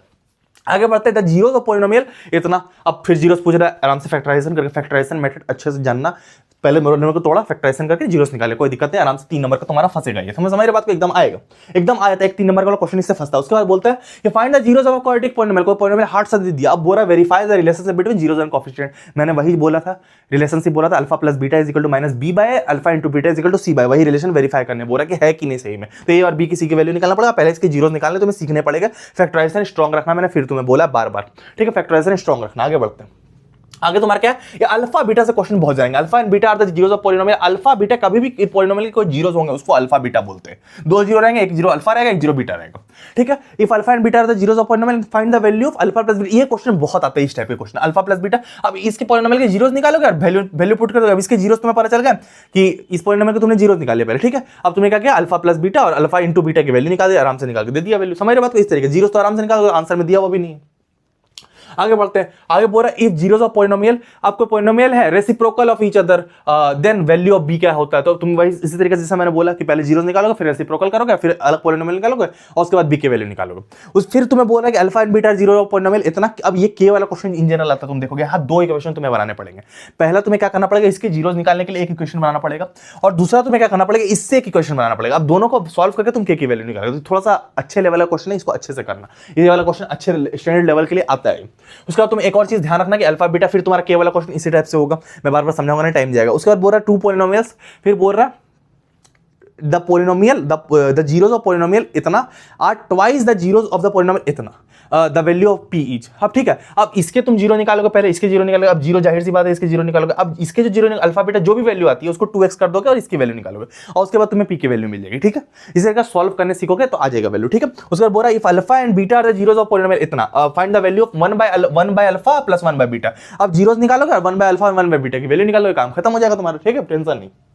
आगे बढ़ते हैं, अब बोल रहा है कि पॉलिनोमियल कभी कोई ग्राफ वाला भी क्वेश्चन आया था, पूछता है इस ग्राफ में कितने जीरो है। कभी भी कोई ग्राफ, देखो इससे मैं बच्चों को ऐसे समझाता हूं कि एक्स का काम होता है काटना। तुम्हारा एक्स ने काटा होगा, मेरे को पता है, एक्स का काम होता है काटना। तो कभी भी मेरी बात को समझो, एक्स एक्सिस, कभी भी कोई ग्राफ एक्स एक्सिस को काटेगा, वाई एक्सिस को 50 बार काट ले कोई फर्क नहीं पड़ता। जीरो कभी भी तुम्हें बोलता है कि कितने जीरोस है, कभी भी जीरोस तुम्हें तभी पता चलेंगे पॉलिनोमियल में जब वो एक्स एक्सिस को काटेगा। तो एक्स एक्सिस को जितनी बार काटेगा, तुम x का काम होता है काटना, तुम्हें पता होगा, तो x को जितनी बार काटेगा उतने जीरो उसमें होंगे। इस ग्राफ में x को कितनी बार काटा जा रहा है, तो x ने एक बार काटा है तो इसमें एक जीरो होंगे, तो एक बार काटा है x ने तो इसमें एक जीरो होंगे। तो ये तुम्हारा सही आंसर। कोई पॉलिनोमियल ऐसा रहेगा, मतलब ऐसा ग्राफ है, अब यहाँ x है, तुम्हें पता है यहाँ y है। अब कोई पॉलिनोमियल आया, x ने लिया ऐसे ऐसे ऐसे ऐसे काट दिया, हो सकता है बोले कितने जीरो से बता दो, तो हमने देखेंगे y को कितनी बार काटा, हमने देखा x का काम है काटना, x ने कितनी बार काटा है, यहाँ एक बार काट रहा है, यहाँ एक बार काट रहा है, यहाँ काट रहा है, यहाँ काट रहा है, 4 बार काटा है, तो 4 जीरो हो जाएंगे भैया इसमें। तो इस तरीके से होगा तुम्हारा। समझ रहे बात को, टेंशन नहीं। अब पॉलिनोमियल तुम्हारा खत्म होता है इसके साथ। अब हम लोग आएंगे लीनियर इक्वेशन पे, बहुत अच्छा चैप्टर है, बिल्कुल ध्यान समझना। अब हम लोग देख लेते हैं तुम्हारा थर्ड चैप्टर तुम्हारा क्या क्या चीजें आने वाली, बिल्कुल ध्यान से देखना। तुम्हारा लीनियर इक्वेशन क्वाड्रेटिक इक्वेशन दोनों 6 नंबर की चीज तुम्हारी आ रही है, इसे तुम्हारा 6 नंबर का आएगा, ध्यान रखना। अब इसमें क्या क्या चीजें आती है बिल्कुल ध्यान समझना। इसमें तुम्हारा ग्राफिकल मेथड सॉल्व करने आएगा। मैं पहले क्लियर कर दूं, जो ग्राफ देता है ना तुम्हें एग्जाम में ग्राफ मिलेगा, स्टैंडर्ड का बच्चा हो या बेसिक का बच्चा हो, एक ग्राफ देगा, टीचर डरा देगा तुम्हें। ग्राफ देखा है, ग्राफ पेपर देखा है, ग्रीन कलर का, वो वाला तुम्हें देगा, ग्राफिकल मेथड सॉल्व करना होगा। तो ये क्वेश्चन एकदम आएगा ही आएगा तुम्हारा, एकदम आएगा, समझ लेना। समझ लो, इससे एक ही क्वेश्चन आएगा ये वाला। तो बोल रहा है check whether the given system of equation are consistent और not, if consistent solve graphically. अब बोल रहा है कंसिस्टेंट, और तुम्हें पता हो कभी कोई क्वेश्चन कंसिस्टेंट होता है उसके सॉल्यूशन होंगे तो कंसिस्टेंट है, नहीं है तो इनकंसिस्टेंट। मैं आगे तुमको समझाऊंगा, ठीक है। अब बोल रहा सॉल्व ग्राफिकल, तुम ग्राफिकल कैसे करोगे, सॉल्यूशन तुम्हें दिया हुआ, अब तुम्हें क्या करना है, एक्स और वाई के वैल्यू तुम ऐसे निकालते हो। ग्राफिकली प्लॉट ऐसे करते हो ना कि x की वैल्यू यहाँ x है और यहाँ y है, तो x इजिकल टू 0 तो y is equal to 1, y is equal to 0 तो x इजिकल टू 2। तो इस तरीके से तुमने वैल्यू निकाला। अब दोनों को पुट कर लिया कि 0,2 पे x को पुट कर लिया और क्या बोलता है 1,0 पे y को पुट कर लिया। अब दोनों में एक लाइन पार दिया। अब दोनों जब काट रहा है वो तुम्हें काट के दिखाना है, तो दो वैल्यू से तुम पुट करके निकाल सकते हो। समझ रहे मैं क्या बोल रहा हूँ? समझ रहे बात को? अब अगर ये काट रही है तो वो कंसिस्टेंट है, नहीं काट रही तो इनकंसिस्टेंट है। अगर काट रही होगी तो सोल्यूशन होगा, ये दोनों एक दूसरे पर ओवरलैप कर रही तभी सोल्यूशन होगा। अगर दोनों पैरेलल निकल जा रही तब सोल्यूशन नहीं, मैं आगे समझा दूंगा। तो ये तुम्हें कंसिस्टेंट इनकंसिस्टेंट बताना, इस तरीके का क्वेश्चन एकदम आएगा। ठीक है, आगे बढ़ते हैं। आगे तुम्हारा क्या कि पेयर ऑफ अलजेब्रिकली सॉल्व करने बोला, सब्स्टिट्यूशन लगा सॉल्व कर दो, कोई दिक्कत नहीं। एलिमिनेशन या सब्स्टिट्यूशन दोनों लगा सकते हो, किसी भी तरीके से कर दो। समझ बात? इन सारे में एलिमिनेशन अच्छे से लगता है। उसके अलावा तुम्हारा बोला solve the following system of linear equation, बोला ये नहीं वेरीफाई योर आंसर, दोनों को सॉल्व कर देना, कोई दिक्कत नहीं है, सॉल्व करनी आनी चाहिए तुम्हें। ठीक है, उसके बाद बोल रहा है अब कुछ तुम्हारा न्यूमेरिकल वाले क्वेश्चन, वर्ड प्रॉब्लम वाले क्वेश्चन एकदम आएंगे। इस टाइप के तुम्हारे आते हैं, इंटरेस्ट रेट वाले पे आते हैं। तो मैंने क्वेश्चन दे दिया, आंसर दे दिया, समझाऊंगा तो टाइम जाएगा, तो ये तुम आराम से देख सकते हो। हमारी बात को पर एनम वाला हर क्वेश्चन में ट्रिक लगती है। क्या ट्रिक लगी है मैंने दिखा दिया। ठीक है, तो ये तुम्हारा करेक्ट आंसर है। अगला आते हैं फिर मंथली इनकम वाले, इस टाइप के इनकम वाले क्वेश्चन एकदम आते हैं। देख लो बिल्कुल ध्यान से, इस टाइप के क्वेश्चन एकदम इससे फंसेगा स्टैंडर्ड के पेपर में, मैं गारंटी दे रहा हूं। तो ये क्वेश्चन बिल्कुल ध्यान से देख लो, एकदम इनकम वाला क्वेश्चन आएगा, उस टाइप का क्वेश्चन तुम्हारा आएगा। ठीक है, उसके अलावा तुम्हारा क्या, देयर आर 3 इयर्स एगो, अब एज वाला भी क्वेश्चन इससे आता है, 3 इयर्स एगो, 2 इयर्स एगो। तो इस टाइप का एज वाला क्वेश्चन भी इससे आएगा, मैं एक्सप्लेन करूंगा, टाइम लगेगा, तुम देख लो। ठीक है, आगे बढ़ते हैं। आगे तुम्हारा क्या, अब बोल रहा है एक कोचिंग ऑफ मैथमेटिक्स, अब कुछ मैथमेटिक्स का कोचिंग है, अब इसमें कुछ रिप्रेजेंटेशन वगैरह करने बोल रहा है। तो यही वाला तुम्हारा इनकम वगैरह से रिलेटेड क्वेश्चन है, तुम देख सकते हो, पैसा वगैरह से रिलेटेड क्वेश्चन है। ठीक है, तो ये वाला तुम कर सकते हो बहुत आराम से। ठीक है, आगे बढ़ते हैं। आगे तुम्हारा क्या कि ऐसा one of the largest amusement park, अब कोई अम्यूजमेंट पार्क वाला क्वेश्चन है, इस टाइप का क्वेश्चन एकदम तुम्हारा आएगा एक्स एंड वाई वैल्यू में, तुम देख लो बिल्कुल ध्यान से। मैं सारे दिखा दे रहा हूँ, एक्सप्लेन करूंगा, टाइम जाएगा। देख लो, आंसर दे दिया, बिल्कुल ध्यान से देख लो, ये सारे क्वेश्चन आएंगे तो देख के लगा भैया क्या क्वेश्चन दे रहे, एकदम आ जाएगा, फिर बनेगा नहीं। समझ लो, एकदम यही क्वेश्चन आने वाला है। उसके अलावा कुछ चीजें, मेरी बात को समझ लो, अब तुम्हारा वो वाला काम हो गया। अब मेरी बात को कुछ कॉन्सेप्ट वाली चीजें समझ लो, न्यूमेरिकल तो अलग कर लोगे, ये कॉन्सेप्ट वाली चीज। कभी भी दो तुम्हें लीनियर इक्वेशन दिए हुए रहेंगे, तो उसको तुम किस तरीके से लिखोगे, a1x plus b1y plus c is equal to 0 और a2x plus b2y plus c is equal to 0। अब ये बोलता है कंसिस्टेंट है इनकंसिस्टेंट है। अब कंसिस्टेंट करने का मतलब क्या, मैंने तुम्हें बोला कोई भी सोल्यूशन होगा तो कंसिस्टेंट माना जाएगा, अगर सोल्यूशन नहीं होगा तो इनकंसिस्टेंट माना। अब इसमें लाइंस की वैल्यू है, अगर कोई सोल्यूशन कंसिस्टेंट होगा, अगर मान चलो कि वन सोल्यूशन है, अगर मान लो कोई लाइन एक दूसरे को कट कर रही है, जैसे तो ग्राफ वाला कट कर रही है, तो उसमें जहां कट करी वहां पर एक सोल्यूशन, जितनी बार कट करेगी उतनी बार सोल्यूशन। अगर कोई ग्राफ ऐसे काट रही है एक दूसरे को, जहां काट रही वहां एक सोल्यूशन, उसको सोल्यूशन माना जाता है, इतना जान लेना। तो यहां एक काट रही तो इसका मतलब एक सोल्यूशन है, मतलब इंटरसेक्टिंग लाइन है। तो कभी भी तुम्हें पता चलेगा कि इंटरसेक्टिंग लाइन है। अब क्या करोगे, जब तुम मेरी बात को सुनो, मैंने इस टाइप से समझाना ज्यादा बेटर रहेगा कि कोई इक्वेशन है तुम्हारा, अब तुम कैसे बताओगे इसमें सोल्यूशन है कि नहीं, तो इसको ए और बी कंपेयर करो, a1/a2 दो इक्वेशन तुम्हें दिख रहा है, कोई भी नंबर दिया हुआ रहेगा, तो जैसे लिखा हुआ ना 4x, तो 4x की जगह मतलब 4x और a1x, तो कहीं लिखा हुआ 4x, तो मतलब a1 की वैल्यू 4 हो जाएगी। मैं बहुत बेसिक लेवल पे समझा रहा हूं। तो a1/a2 की value not equal to b1/b2 की वैल्यू आ गई, तुम समझ जाना कि इसका मतलब क्या होता है, इंटरसेक्टिंग लाइन होगी और इसका एक ही सोल्यूशन होगा। अगर क्या होगा कि a1/a2, b1/b2 और c1/c2 तीनों की वैल्यू बराबर आ गई, तुम समझ जाना कॉनकाइड लाइन है, एक दूसरे के ऊपर लाइनें चढ़ी हुई है भाई, चढ़ी हुई है, तो भाई हर जगह से काट रही होगी, यहां से भी काट रही होगी, यहां से भी मतलब क्या इनफाइनाइट मेनी सोल्यूशन है, इन्फिनिटी सोल्यूशन है, एकदम कोई सीमा नहीं, इतनी सोल्यूशन बन रही है। उसके अलावा क्या होता है, एक पैरेलल लाइन होता है, जब उसमें a1/a2 इक्वल टू b1/b2 बराबर होता है, पर c1/c2 बराबर नहीं होता, तब क्या होता है, लाइन पैरेलल हो जाती है, इसमें काट ही नहीं, जब तक काटेगी नहीं सोल्यूशन बनेगा नहीं, तो नो सोल्यूशन, इसको इनकंसिस्टेंट बोलते हैं। तो इस तरीके तुम चेक कर सकते हो a1, b1 और c1 की वैल्यू से। समझ रहे बात को, इस तरीके से चेकिंग होती है। उस क्वेश्चन में भी तुम्हें चेक करना पड़ेगा, उसमें तुम डायरेक्ट भी बता सकते हो, कोई टेंशन वाली बात नहीं, क्योंकि तुम ग्राफ बना ही रहे हो। अब कुछ एमसीक्यू, अब यहां पर तुम्हें दिख रहा है, अब बोल रहा है कि यहां पर कौन सा सोल्यूशन है, अब यहां पर दिख रहा है, अब यहां पर बच्चा फंस जाता है। अब यहां बच्चा बोलेगा नहीं पहले लाइन है नो सोल्यूशन होगा, नहीं यहां पर ऐसा नहीं होगा, यहां पर क्या होगा, इनकंसिस्टेंट है, कंसिस्टेंट है कि इनकंसिस्टेंट पूछ रहा है, बहुत बच्चा इनकंसिस्टेंट पे टिक मार के आगे बढ़ जाएगा। लेकिन देखो यहां पर एक और ऑप्शन है, इसलिए मैं बोलता हूं ऑप्शन ध्यान से पढ़ो, inconsistent but it can be made consistent by expanding this line. अब इस लाइन को हम आगे बढ़ाएंगे तो बीच में आके यहां पर काट देगा ये, तो ये कंसिस्टेंट हो जाएगा फिर, तो इनकंसिस्टेंट है पर बढ़ाएंगे तो वो काट देगा आगे, ठीक है। अब बोरा फाइंड द वैल्यू ऑफ के, इस टाइप के क्वेश्चन इससे बहुत ज्यादा आता है, तो के की वैल्यू निकालने आता है। अब बोरा infinitely many solution, many solution मतलब क्या, a1/a2 equal to b1/b2 equal to c1/c2। अब ये वाला फॉर्मूला पुट करके आराम से निकालो, तो एमसीक्यू पूरा सॉल्व होता है, इसलिए मैंने समझाया, ठीक है। जब बोलेगा मेनी सोल्यूशन, तो मेनी सोल्यूशन का मतलब क्या, हमें पता है कि सारे बराबर होंगे, सारे तो हमने देखे बराबर है, a1/a2, तो मेनी सोल्यूशन का मतलब हमने यही देखा ना, इनफिनिटली मेनी सोल्यूशन, तो यही वाला होगा, तो मतलब कि a1/a2, b1/b2 और c1/c2 बराबर है। The portion of a intersection of a line y axis given by x axis y axis के बारे में पूछ रहा है कि कौन सा पोर्शन पे इंटरसेक्ट करेगा, तो तुम आराम से बता सकते हो कि y axis पे इंटरसेक्ट करेगा, इस वाले पॉइंट पे इंटरसेक्ट करेगा जो y axis में। अब आगे तुम्हारा क्या, आगे कुछ और एमसीक्यूज है तो ये तुम आराम से देख लेना, सॉल्व करना, ये सारे आते हैं तुम्हारे। आपको फिर कोई क्वेश्चन दिया हुआ है, आप बोल रहे हैं इसमें कैसा क्वेश्चन है, लाइंस कैसे है, तुम A1/A2 B1/B2 C1/C2 कंपेयर करो, तीनों देखोगे तुम बराबर आ जाएगा। तो मतलब तुम्हारा क्या, पहले लाइन से A1/A2 B1/B2 और C1/C2 बराबर नहीं आएगा। A1/A2 बराबर हो जाएगा A1/A2 के B1/B2 बराबर, C1/C2 बराबर नहीं आएगा, मतलब लाइन पैरेलल हो जाएगी तुम्हारी। मतलब क्या, इसमें सोल्यूशन नहीं है इस वाले में, तो ये तुम पहले लाइन पे टिक मार दोगे, समझ, इस तरीके से बनेगा। आगे बढ़ोगे, आगे तुम्हारा क्या है, ट्रेन ट्रेवल। अब तुम्हारा आएगा क्वाड्रेटिक इक्वेशन। अब क्वाड्रेटिक इक्वेशन में तुम्हारा 6 नंबर का क्वेश्चन आएगा, बिल्कुल ध्यान समझ लेना, स्टैंड के पेपर में, ठीक है। अब यहाँ पर ट्रेन ट्रेवल वाला क्वेश्चन तुम लिखवा लो भाई साहब, छप गया, एकदम आना ही आना है, एकदम ट्रेन ट्रेवल वाला क्वेश्चन एकदम आएगा तुम्हारा। तुम एक चीज जान लेना, ये ट्रेन ट्रेवल वाला क्वेश्चन हर टाइप का क्वेश्चन अलग तरीके से बनता है। 2 टाइप का आता है, मैं तुम्हें दिखा दे रहा हूँ। एक तुम्हारा पहला टाइप का, एक डिस्टेंस दिया हुआ रहेगा, यूनिफॉर्म स्पीड दिएगा, इस टाइप से तुम्हें सॉल्व करना है, इक्वेशन बनाने आना चाहिए, ठीक है, पहली चीज। दूसरा तुम्हारा क्वेश्चन जो ये वाला क्वेश्चन आएगा, दूसरा तुम्हारा ये ट्रेन ट्रेवल वाला क्वेश्चन आ सकता है, ठीक है, अलग तरीका क्वेश्चन है। दोनों ट्रेन ट्रेवल वाला क्वेश्चन इससे आता है, इस बार भी तुम्हारा आएगा, गारंटी है। तो इसको अच्छे से कर लेना दोनों क्वेश्चन को। आगे बढ़ते, आगे तुम्हारा क्या है कि अब तुम्हारा इस टाइप का सर्कुलर पार्क वाला क्वेश्चन आएगा, तो ये भी तुम कर लेना, मैं समझाऊंगा, टाइम जाएगा तो ये तुम अच्छे से कर लेना, ठीक है। उसके बाद तुम्हारा क्या है, अगला question, smallest value of P of quadratic equation, इस टाइप का भी क्वेश्चन आता है, डी से लेकर रूट से रिलेटेड, ये भी कर लेना, इंपॉर्टेंट क्वेश्चन है, स्टैंडर्ड के पेपर में आता है, ठीक। आगे तुम्हारा क्या है कि find the value of k for which a quadratic equation has real and equal root. कभी भी तुम्हें ये चीजें बोली जाए, मेरी बात को समझना, रियल एंड इक्वल, तीन केसेस बनते हैं। तीसरा केस नो रियल रूट वाला तुम्हारा सिलेबस में नहीं है, तो ये तुम नहीं पढ़ोगे। 2 केस पढ़ोगे, 2 डिस्टिंक्ट रूट, मतलब अलग अलग रूट। कभी कोई क्वाड्रेटिक इक्वेशन का सॉल्यूशन क्या होता है तुम्हारा, पॉलिनोमियल कोई क्वाड्रेटिक इक्वेशन बोलते हैं, उसका सॉल्यूशन तुम्हारा क्या होता है, 2 नंबर होते हैं, एक मान लो 2 रहा, एक 3 रहा, तो उसको डिस्टिंक्ट बोलते हैं। 2 और 3 को डिस्टिंक्ट बोलेंगे, क्यों बोलेंगे, क्योंकि दोनों अलग अलग है भाई, 2 और 3 अलग अलग है। अगर मान लो किसी का सॉल्यूशन 2 और 2 रहा, दोनों का 2 रहा, तो हम बोलेंगे दो तुम्हारे इक्वल रूट्स। तो यहां बोल रहा है इक्वल रूट। अब इक्वल रूट का मतलब हम क्या समझते हैं कि b² - 4ac = 0 होगा। तो b² इसको भी a और b से कंपेयर करेंगे क्वेश्चन को, फिर निकालेंगे। तो d की वैल्यू क्या होती है, b² - 4ac। कभी भी कोई क्वेश्चन को इसी तरीके से, इसी इक्वेशन से कंपेयर करते हैं, ax² + bx + c, ठीक है। इसी से तुम्हारा b² - 4ac की वैल्यू निकालते हैं हम लोग। उसके बाद उसको हम लोग डिस्क्रिमिनेंट बोलते हैं, और उसके बाद कंपेयर करके हम चीजें निकालते हैं। यही चीज पूछ रहा है इस क्वेश्चन में, तो आराम से तुम कर सकते हो, ठीक है। मैं ज्यादा एक्सप्लेन करूंगा, टाइम जाएगा। उसके बाद एज से रिलेटेड क्वेश्चन, तो एज वाला क्वेश्चन आएगा भाई, देख लो ध्यान से, बिल्कुल एज वाला क्वेश्चन इस चैप्टर से आता है। इससे भी तुम्हारा एज वाला क्वेश्चन आता है, जैसे लीनियर इक्वेशन से आता है, इससे भी आता है, पर तरीका पूछने का अलग रहेगा। कभी भी एक्स और वाई के सेगमेंट में तुम समझ जाना लीनियर इक्वेशन है, और एक्स और x² कहीं लगने लगे तो समझ जाना 2x लगेगा, x² लगेगा, समझ जाना तुम्हारा की क्वाड्रेटिक इक्वेशन है। समझ रहे बात को, इस टाइप का क्वेश्चन इससे भी एज वाला आता है।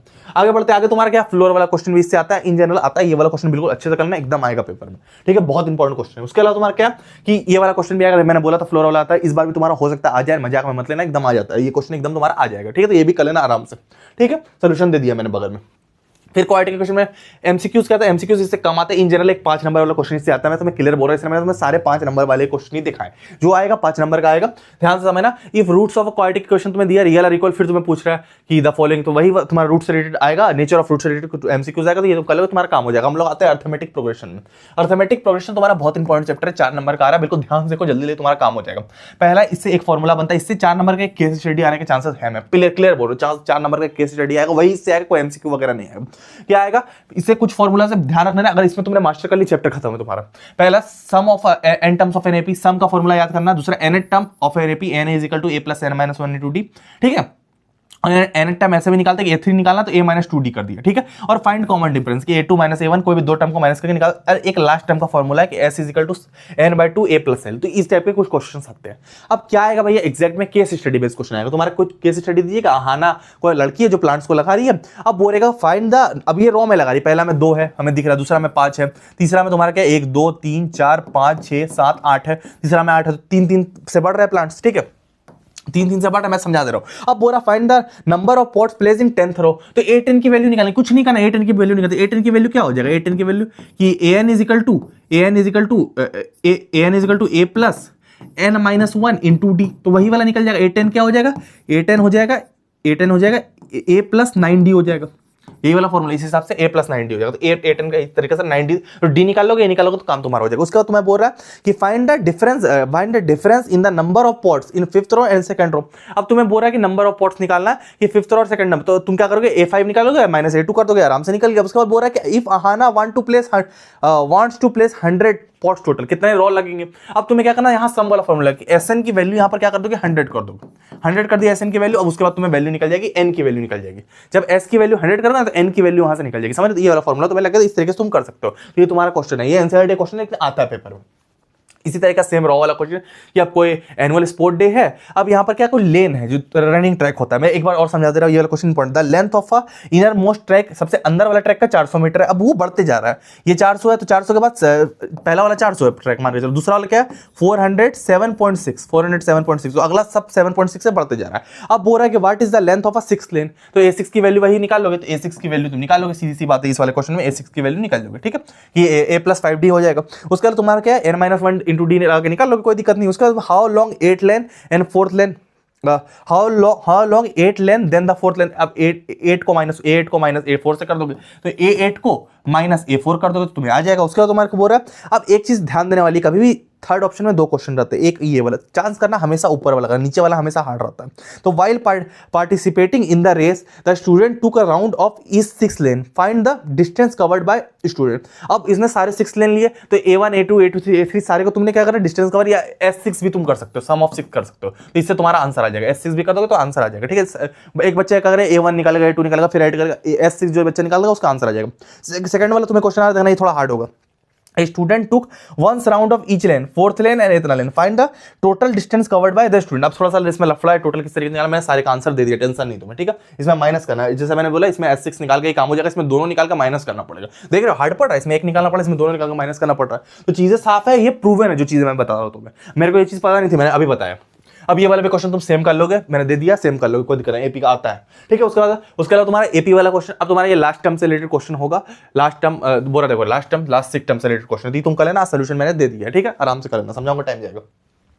आगे बढ़ते हैं, फिर तुम्हारा क्या सम से रिलेटेड एक क्वेश्चन है, सम से रिलेटेड भी क्वेश्चन कई बार आया था, अगर केस स्टडी नहीं आता तो, नहीं तो ये वाले आए तुम्हारे 5 नंबर के, ठीक है, तो ये तुम कर लोगे, तुम्हारा काम हो जाएगा।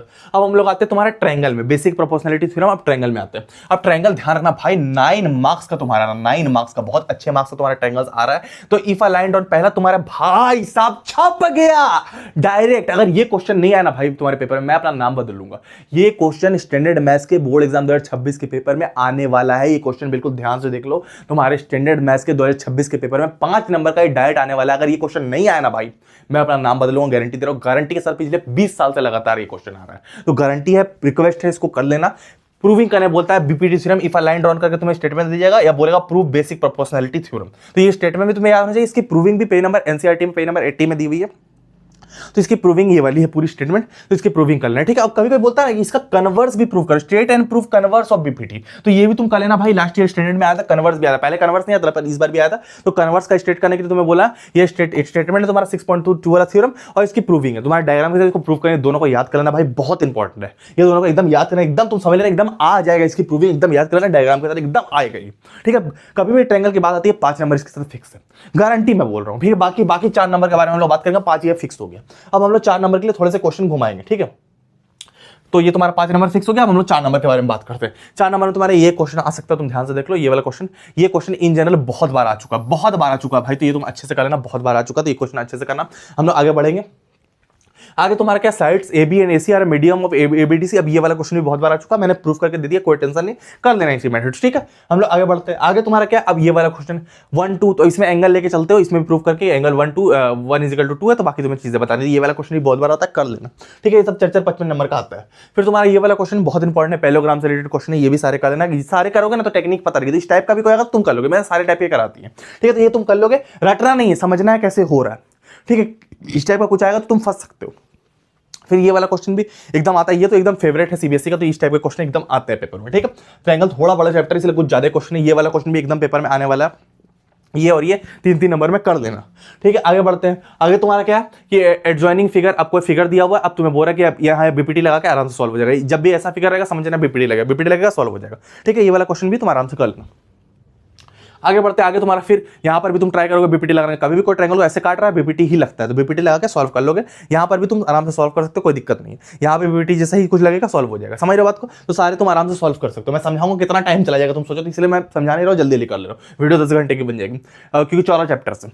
उसके बाद बोल रहा है डायगोनल ऑफ ABCD, तुम्हें बोल रहा है ये वाला क्वेश्चन ये भी आता है, इंपॉर्टेंट क्वेश्चन कर लेना, ठीक है। आगे बढ़ते हैं। आगे तुम्हारा ये वाला भी क्वेश्चन डायगोनल से रिलेटेड आखिरी क्वेश्चन था, खत्म हो गया, ठीक है। तो हम लोग आगे बढ़ते हैं। आगे तुम्हारा क्या, एक और क्वेश्चन है तुम्हारा ये वाला भी क्वेश्चन तुम्हारा आता है, समझ रहे बात है। ये भी क्वेश्चन आता है तो कर लेना, इसमें टिक लगती है, तो ये तो अच्छे से कर लेना, इंपॉर्टेंट है, ठीक है। अब कुछ हम लोग एमसीक्यूज पर आएंगे। एमसीक्यू में तुम्हारा क्या, ये वाला क्वेश्चन सीधा बीपीटी लगेगा, सीधा हो जाएगा। ये एमसीक्यू सारे इंपॉर्टेंट है, कर लेना, ठीक है। हम लोग आगे बढ़ेंगे।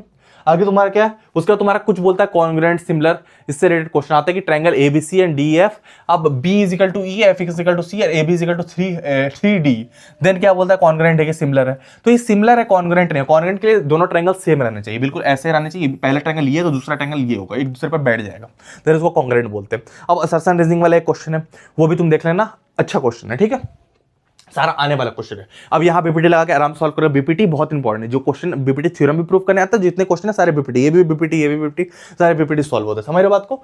उसके अलावा हम लोग आगे बढ़ेंगे। अब हम लोग आते हैं कोऑर्डिनेट ज्योमेट्री पर। कोऑर्डिनेट ज्योमेट्री तुम्हारा बहुत इंपॉर्टेंट चैप्टर है, मेरी बात को समझना। अब इसमें कुछ चीजें, ये पहले तुम्हारा 6 नंबर का आ रहा, पहले मेरी बात को समझ लेना ध्यान से। अब इसमें तुम्हारा सेक्शन फॉर्मूला लगेगा, इंटरनल सेक्शन फॉर्मूला लगेगा, समझ बात को। सेक्शन फॉर्मूला जब कोई भी लाइन को, कोई भी लाइन है हमारे, चलो x और ये तुम्हारा y है, ठीक है। अब इसको कोई पॉइंट कट कर रही है, तो ये कितने रेशियो में कर रही है, तो 2:3 में मान के चलो कर रही है, तो इसको सेक्शन फॉर्मूला से हम लोग निकालते हैं, इसमें तुम्हारा सेक्शन फॉर्मूला लगेगा। क्लियर सी चीज है। अब तुम्हें पता है k:1 वाली चीजें कैसे निकालते हैं, तो अब कभी भी तुम्हें बोलेगा ना फाइंड द रेशियो, हमेशा रेशियो पूछे, किस रेशियो में कर रहा, y एक्सिस। कभी भी तुम्हें y एक्सिस बोला जाए, मेरी बात को समझ लेना, y एक्सिस कभी बोला जाए ना, तो कुछ चीजों का तुम ध्यान रखोगे। कभी भी कोई पॉइंट, मेरी बात को समझे, ये तुम्हारा ग्राफ है, अब बोला y एक्सिस डिवाइड, तो कभी भी कोई y एक्सिस डिवाइड करे, किसी पॉइंट को y एक्सिस डिवाइड करे, तो इसका मतलब क्या है, यहाँ y एक्सिस जब डिवाइड करे किसी चीज को, तो x की वैल्यू तो यहाँ पर 0 है, तो इसको तुम 0, y लिखोगे, ठीक है। और कभी भी कोई चीज y x एक्सिस को डिवाइड कर रही है, बोलेगा कोई डिवाइड x एक्सिस, तो तुम x, 0 लिखोगे, x, 0 लिखोगे। यहाँ पर क्या है 0, y, तो एक पॉइंट तुम्हें पता चलेगा 0 है, x की वैल्यू वहाँ 0 है, तो यहाँ 0 की वैल्यू निकाल के तुम k की वैल्यू निकालो, तो वही सेक्शन फॉर्मूला में k की वैल्यू k:1 करके भी तुम निकाल सकते हो, और तुम y की वैल्यू 0 पुट करोगे, मतलब कि कभी भी y एक्सिस किसी को डिवाइड करे तो पहला पॉइंट तुम्हारा क्या होगा कि 0, y, ठीक है। तो ये तुम्हें पता होना चाहिए, ध्यान समझना। तो इस तरीके से तुम निकाल, तुम समझ रहे हो मैंने क्या बताया यहाँ पे, बहुत इंपॉर्टेंट चीज बताई। इन जनरल ये सारे क्वेश्चन को k:1 करके ही निकालना, एक को k मान लेना, एक को 1 मान लेना, k:1 से निकालो। और दूसरी बात क्या है कि कभी भी y एक्सिस बोला जाए, y एक्सिस डिवाइड करे 0, y, और कभी बोला तुम किसी को x एक्सिस डिवाइड करे तो x, 0 होगा, ठीक है। तो उसमें ऐसा होगा, x एक्सिस डिवाइड करे तो x की वैल्यू तो हमें नहीं पता एक्सिस कहां से डिवाइड करे, पर y की वैल्यू अगर कोई चीज x एक्सिस में है तो जाहिर सी बात है कि उसकी y की वैल्यू 0 होगा। अगर यहाँ पर कोई चीज x एक्सिस में है तो y की वैल्यू तो यहाँ पर 0 है ना भाई, यहाँ एक्सिस में, तो यहाँ पर क्या है, y की वैल्यू 0 है, तो हमें ये चीज पता चलती है। इससे ये वाला क्वेश्चन अच्छा इंपॉर्टेंट है, ठीक है। हम लोग आगे बढ़ेंगे। आगे तुम्हारा क्या है कि कोऑर्डिनेट ज्योमेट्री से रिलेटेड फिर क्वेश्चन है कि द रेशियो पूछ रहा है। अब कोई पॉइंट दिया हुआ, line divide, line segment joining, इतना इतना, find the value of y, फिर y की वैल्यू, फिर k रेशियो वाला 1 वाला ट्रिक सीख लेना भाई, बहुत इंपॉर्टेंट है। बार बार तुम सेक्शन फॉर्मूला लगाओगे फंसोगे, k:1 बहुत अच्छी चीज होती है, ट्रिक सीख लेना उसका। अब आगे तुम्हारा क्या हो गया, केस स्टडी बेस्ड क्वेश्चन, या तो k:1 वाला आएगा या तो केस स्टडी बेस्ड क्वेश्चन आएगा। इस बार तुम्हारे सीबीएसई के सैंपल पेपर है, केस स्टडी बेस्ड क्वेश्चन छपा हुआ, तो भाई चांसेस हाई है कि तुम्हारे इस बार पेपर डायरेक्ट आ जाए केस स्टडी बेस्ड क्वेश्चन। कैसे बनेगा, आ जाएगा तो बनाना मुश्किल हो जाएगा, कुछ ट्रिक्स लगती है, क्या चीजें लगती है, मैं तुम्हें समझा रहा हूं, इजी रहता है पर तुम कर लोगे, मेरी बात को समझना। अब तुम्हारा केस स्टडी बेस्ड क्वेश्चन कैसे बनेगा, बोल रहा है ग्रुप ऑफ क्लास 10 स्टूडेंट, इस 4 नंबर का क्वेश्चन तुम्हारा केस स्टडी बनेगा, 4 नंबर का क्वेश्चन बनेगा, ठीक है, डायरेक्ट बनता 4 नंबर का। ये बोल रहा है group of class 10 student goes to the picnic during winter holidays, position of 3 friends Aman, Kriti और तुम्हारा Chahat, so in the points. अब PQR में दिया हुआ, तीनों का पॉइंट्स तुम्हें दिया हुआ, अमन, कृति, चाहत। अब तुम पॉइंट्स यहां पर दिया हुआ नहीं रहेगा, तुम्हें निकालने पड़ेंगे। अब तुम्हें ग्राफ में दिख रहा है, ये तुम्हारा x एक्सिस है और ये तुम्हारा y एक्सिस है, तो तुम्हें ग्राफ में पॉइंट्स दिख रहा है कि P के पॉइंट्स तुम्हारे क्या, x की वैल्यू 2 है और y की वैल्यू 5 है, तो 2,5 तुम यहां से लिख सकते हो, ठीक है। Q के पॉइंट्स क्या है, 4,4, तो यहां तुम क्या करोगे 4,4, ठीक है, 4,4 लिख सकते हो, 2 के पॉइंट। उसके बाद तुम्हारा Q के पॉइंट्स क्या, R के पॉइंट्स क्या हो जाए 8,3, तो तुम्हारा 8, यहाँ पर 3 हो जाएगा, या कोऑर्डिनेट्स मिल गए, तीनों कोऑर्डिनेट्स जब तुम्हें मिल गए, अब तुम डिस्टेंस निकाल दोगे। अब डिस्टेंस बोल रहा है PR, अगर डिस्टेंस फार्मूला से तुम आराम से निकाल सकते हो। उसके बाद बोल रहा है कि Q is a mid point of PR। अब क्या Q जो है PR का मिड पॉइंट तुम्हें साफ दिख रहा नहीं है, लेकिन तुम्हें प्रूव करना पड़ेगा। तुम इसका डिस्टेंस और इसका डिस्टेंस दिखा दो बराबर नहीं है, तुम प्रूव हो जाएगा। फिर बोल रहा find a point on x axis, मैंने बोला था कभी भी कोई पॉइंट बोला x एक्सिस पर है, x एक्सिस का मतलब क्या है, x, 0, तो x, 0 पर पॉइंट है। Equi distance from point Q है P and Q, तो अब डिस्टेंस फॉर्मूला तुम यहाँ पर x, 0 की वैल्यू निकाल दोगे। अब यहाँ पर कोई ऐसा पॉइंट तुम्हें बताना है जो कि दोनों से इक्वी डिस्टेंस हो, P और क्या बोला था, P और Q से इक्वी डिस्टेंस, तो कोई ऐसा पॉइंट होगा तुम्हारा कि P और Q, तो यहाँ पर कोई पॉइंट होगा जो इससे और इससे इक्वी डिस्टेंस होगा, कौन सा पॉइंट, डिस्टेंस फॉर्मूला निकल जाएगा। फिर बोल रहा है S be the point divide the line segment 2:3, find the coordinates of S। अब कोई लाइन सेगमेंट है तुम्हारा PQ, अब EPQ को 2:3 में डिवाइड करना है, तो कौन सा कोऑर्डिनेट, दोनों कोऑर्डिनेट्स मिले हैं तुम्हें, तुम आराम से बता दो, 2:3 रेशियो भी है। अब पॉइंट्स पूछ रहा है तुम्हें, तो सेक्शन फॉर्मूला से निकल जाएगा, इजी सी चीज है, कोई टेंशन वाली बात नहीं, इस तरीके से तुम्हें निकाल सकते हो। उसके बाद तुम्हारा क्या वर्टेक्स वाला एक क्वेश्चन है, अच्छे से करना। यहाँ बोला वर्टेक्स, तो अब इक्विलेटरल ट्रायंगल है, तो क्या तुम्हारे तीनों साइड्स बराबर होंगे, ठीक है। अब बोल रहा है, अब एक पॉइंट तुम्हें नहीं पता, तो एक पॉइंट तुम्हें नहीं पता, तुम्हारा तीनों का डिस्टेंस बराबर है, तुम्हें पता है डिस्टेंस तो तीनों का बराबर है। अब एक को x, y बनाएंगे, तुम आराम से पॉइंट निकाल लोगे, तो कोई दिक्कत ही नहीं है इसमें क्वेश्चन में। आगे बढ़ते हैं। अब तुम्हारा क्या फिर इस टाइप का एक क्वेश्चन बनता है, इस टाइप का क्वेश्चन बनता है, डिस्टेंस पूछता है वगैरह वगैरह, बहुत सारी चीजें इसमें पूछ रहा है कि पी क्यू आर एस है, अब बोल रहा है distance A B B C C D, सारे डिस्टेंस फॉर्मूला लगा के आराम से निकाल सकते हो। तुमको देख के हार्ड लग रहा है, हार्ड नहीं है, निकालोगे बन जाएगा। फिर यहाँ पर फिर तुम्हारा बोला के रेशियो 1 वाला क्वेश्चन आराम से कर सकते हो। फिर डिस्टेंस पूछ रहा है, डिस्टेंस वाला vertices of a isosceles triangle, isosceles triangle उस ट्रायंगल को बोलते हैं। अब पॉइंट्स बोल रहा है कि vertices of isosceles triangle, equilateral triangle वो होता है जिसका तीनों साइड बराबर होता है, ये 2 सेंटीमीटर है तो ये भी 2 होगा, ये भी, लेकिन जब आइसोसेलेस रहता है तो उसका 2 बड़े रहेंगे और एक छोटा रहेगा। तो ये मान लो 3 सेंटीमीटर, ये 3 सेंटीमीटर, ये वाला 2 सेंटीमीटर आ जाता है, तो इसको आइसोसेलेस बोलते हैं। तो ये आइसोसेलेस प्रूफ करने बोला, तुम दिखा रहे हो कि 2 के डिस्टेंस बराबर, तीसरा का डिस्टेंस छोटा है, तो हो जाएगा आइसोसेलेस ट्रायंगल। तो यहाँ पर दिया हुआ है कि ए बी और बी सी बराबर है, देखो यहाँ पर 2 बराबर होंगे, एक वाला तुम्हारा अलग हो जाएगा, तो ये आइसोसेलेस प्रूफ हो जाएगा। समझ रहे बात को? या ज्यादा भी हो सकता है, ये मान लो 3 3 है, ये 3 है, ये 3 है, तो ये तीसरा वाला एकदम बड़ा हो जाएगा, तो ये भी हो सकता है, एक साइड अलग रहता है, आइसोसेलेस बोलते हैं। ठीक है, आगे बढ़ते हैं। Coordinates of a centre of a circle, अब यहां पर ये the coordinates of a centre of a circle इतना दिया हुआ है, and the value of A passes through coordinates of B, find the diameter. अब रेडियस ऑफ सर्कल तुमने आधा निकाल लिया, अब उसके बाद तुमने डिस्टेंस फार्मूला से आराम से डिस्टेंस निकाल लिया। अब बोल रहा है कि प्रूव दैट एब्सिस का पॉइंट बी इक्वी डिस्टेंस, अब इक्वी डिस्टेंस वाला क्वेश्चन है, तो इक्वी डिस्टेंस मतलब कि दोनों डिस्टेंस बराबर है, वही तुम्हें प्रूव करना, तो आराम से तुम यहां पर कर सकते हो। आंसर मैंने दे दिया, ज़्यादा टाइम मैं लूंगा नहीं। ठीक है, आगे बढ़ते हैं। आगे तुम्हारा क्या है, फिर के रेशियो 1, के रेशियो 1 घुसा हुआ तुम्हें मिल ही जाएगा, तो वो देख लेना, उस टाइप का क्वेश्चन तुम्हें बनेगा के रेशियो 1 वाला। तुम्हें के रेशियो 1 वाली ट्रिक आनी चाहिए इस चैप्टर में, क्लियर बता रहा हूं।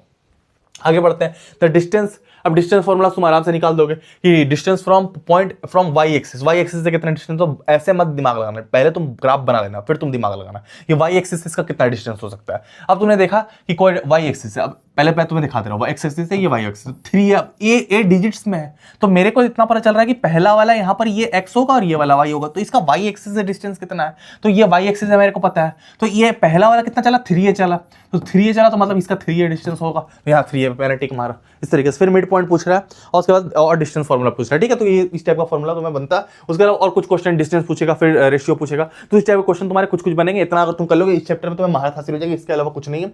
इसके बाद तुम्हारा सीधा ट्रिग्नोमेट्री आता है, अब हम लोग ट्रिग्नोमेट्री पे चलेंगे, उसमें महारत हासिल करेंगे, बहुत सारे ट्रिक्स बताऊंगा, तरीके बताऊंगा, उससे बाहर तुम्हारा नहीं आएगा उसमें। ठीक है, ट्रिग्नोमेट्री तुम्हारा मेन है, वो ध्यान रखना, ट्रिग्नोमेट्री और तुम्हारा एप्लीकेशन ऑफ ट्रिग्नोमेट्री, अब उस पर हम लोग चलेंगे। अब हम लोग आते हैं तुम्हारे नेक्स्ट चैप्टर जो है तुम्हारा ट्रिग्नोमेट्री। बच्चों को ट्रिग्नोमेट्री से यार बहुत डर लगता है, मेरे को यार 6 सालों का एक्सपीरियंस है, मैंने क्लास 10th के आगे तक की ट्रिग्नोमेट्री पढ़ी रखी है, तो मैं तुम्हें जो चीजें बताऊंगा, जो क्वेश्चन बनाऊंगा, बिल्कुल ध्यान समझना, तुम समझना जो क्वेश्चन भैया बता रहे एकदम वो पेपर में आएगा, गारंटी। ये जो क्वेश्चन मैं तुम्हें दिखा रहा हूं गारंटी एकदम तुम्हारे पेपर में आएगा, गारंटी के साथ मैं बता रहा हूं, हाईएस्ट चांसेस है, 90% चांसेस है कि जब भी सीबीएसई क्वेश्चन देगा तो स्टैंडर्ड के पेपर में ये वाला क्वेश्चन देता है सीबीएसई, गारंटी के साथ। तुम्हारा 10 वाला क्वेश्चन रहेगा गारंटी के साथ। ये क्वेश्चन बहुत ज्यादा मिनिमल है, मतलब मैं तुम्हें बताऊंगा, मैं तुम्हें 10 क्वेश्चन देता हूं, ठीक है, 10 क्वेश्चन में कोई ना कोई तुम्हारा मैच कर जाएगा, मैं वो बोल रहा हूं, मैं नहीं बोल रहा ये पैटर्न का आएगा, हो सकता है सेम आ जाए, समझ बात को, एकदम सेम भी आ सकता है। ये वाले के चांसेस सबसे ज्यादा है, तो मैं तुम्हें पहले दिखा दे रहा हूं, ये 10 वाला क्वेश्चन, ये 10 by 1 minus cot plus cot by 1 minus 10 is equal to 1 plus sec into cos sec theta. ठीक है, तो ये 3 नंबर का तुम्हारा एकदम आता है, बहुत बार आ चुका है, और ये बहुत इंपॉर्टेंट क्वेश्चन है भाई, इसको अच्छे से कर लेना। कभी भी तुम 10 और cot में कोई चीज देखना ना, कभी भी किसी चीज को 10 में देखो साइन बाय cos में तोड़ दो, cot में देखो cos बाय साइन में तोड़ दो। cos और साइन में ही 90% ट्रिग्नोमेट्री के सवाल, 95% ट्रिग्नोमेट्री के सवाल cos और साइन में जाके ही सॉल्व होते हैं। मेरी बात तो समझ, तो हमेशा तोड़ने का ट्राई करो, cos और साइन में करोगे टूट जाएगा। सो मेरे इस तरीके से ये क्वेश्चन होगा, एकदम ये आएगा। ठीक है, हम लोग आगे बढ़ते हैं। आगे तुम्हारा क्या, फिर ये वाला साइन ए प्लस कॉस है, भाई साहब एकदम आएगा, एकदम आएगा भाई साहब, छप गया ये भी डायरेक्ट, मैं जा रहा बढ़ा के नहीं बोलूंगा कोई भी चीज, ये एकदम आएगा क्वेश्चन में, इतना समझ लेना, मैं बोल रहा हूं एकदम आएगा, ये कर लेना, बहुत इंपॉर्टेंट क्वेश्चन है। फिर मैं जोर डाल रहा हूं, ट्रिग्नोमेट्री की जब भी बात आती है ये क्वेश्चन एकदम आता है, तो एकदम ये कर लेना, 3 नंबर का। फिर से आगे बढ़ते हैं। फिर ये वाला क्वेश्चन एकदम आने वाला क्वेश्चन है, सेक प्लस कॉसेक थीटा, ये भी 3 नंबर का एकदम आने वाला। भाई ये सब एकदम सीबीएसई के ना फेवरेट वाले क्वेश्चन है, एकदम बहुत पसंद है सीबीएसई को ये वाला। समझ रहे बात को, मतलब बोलता है ना कि इक्के वाले क्वेश्चन है सीबीएसई के, एकदम वो मारेगा ही, वो इक्का समझता है इनको।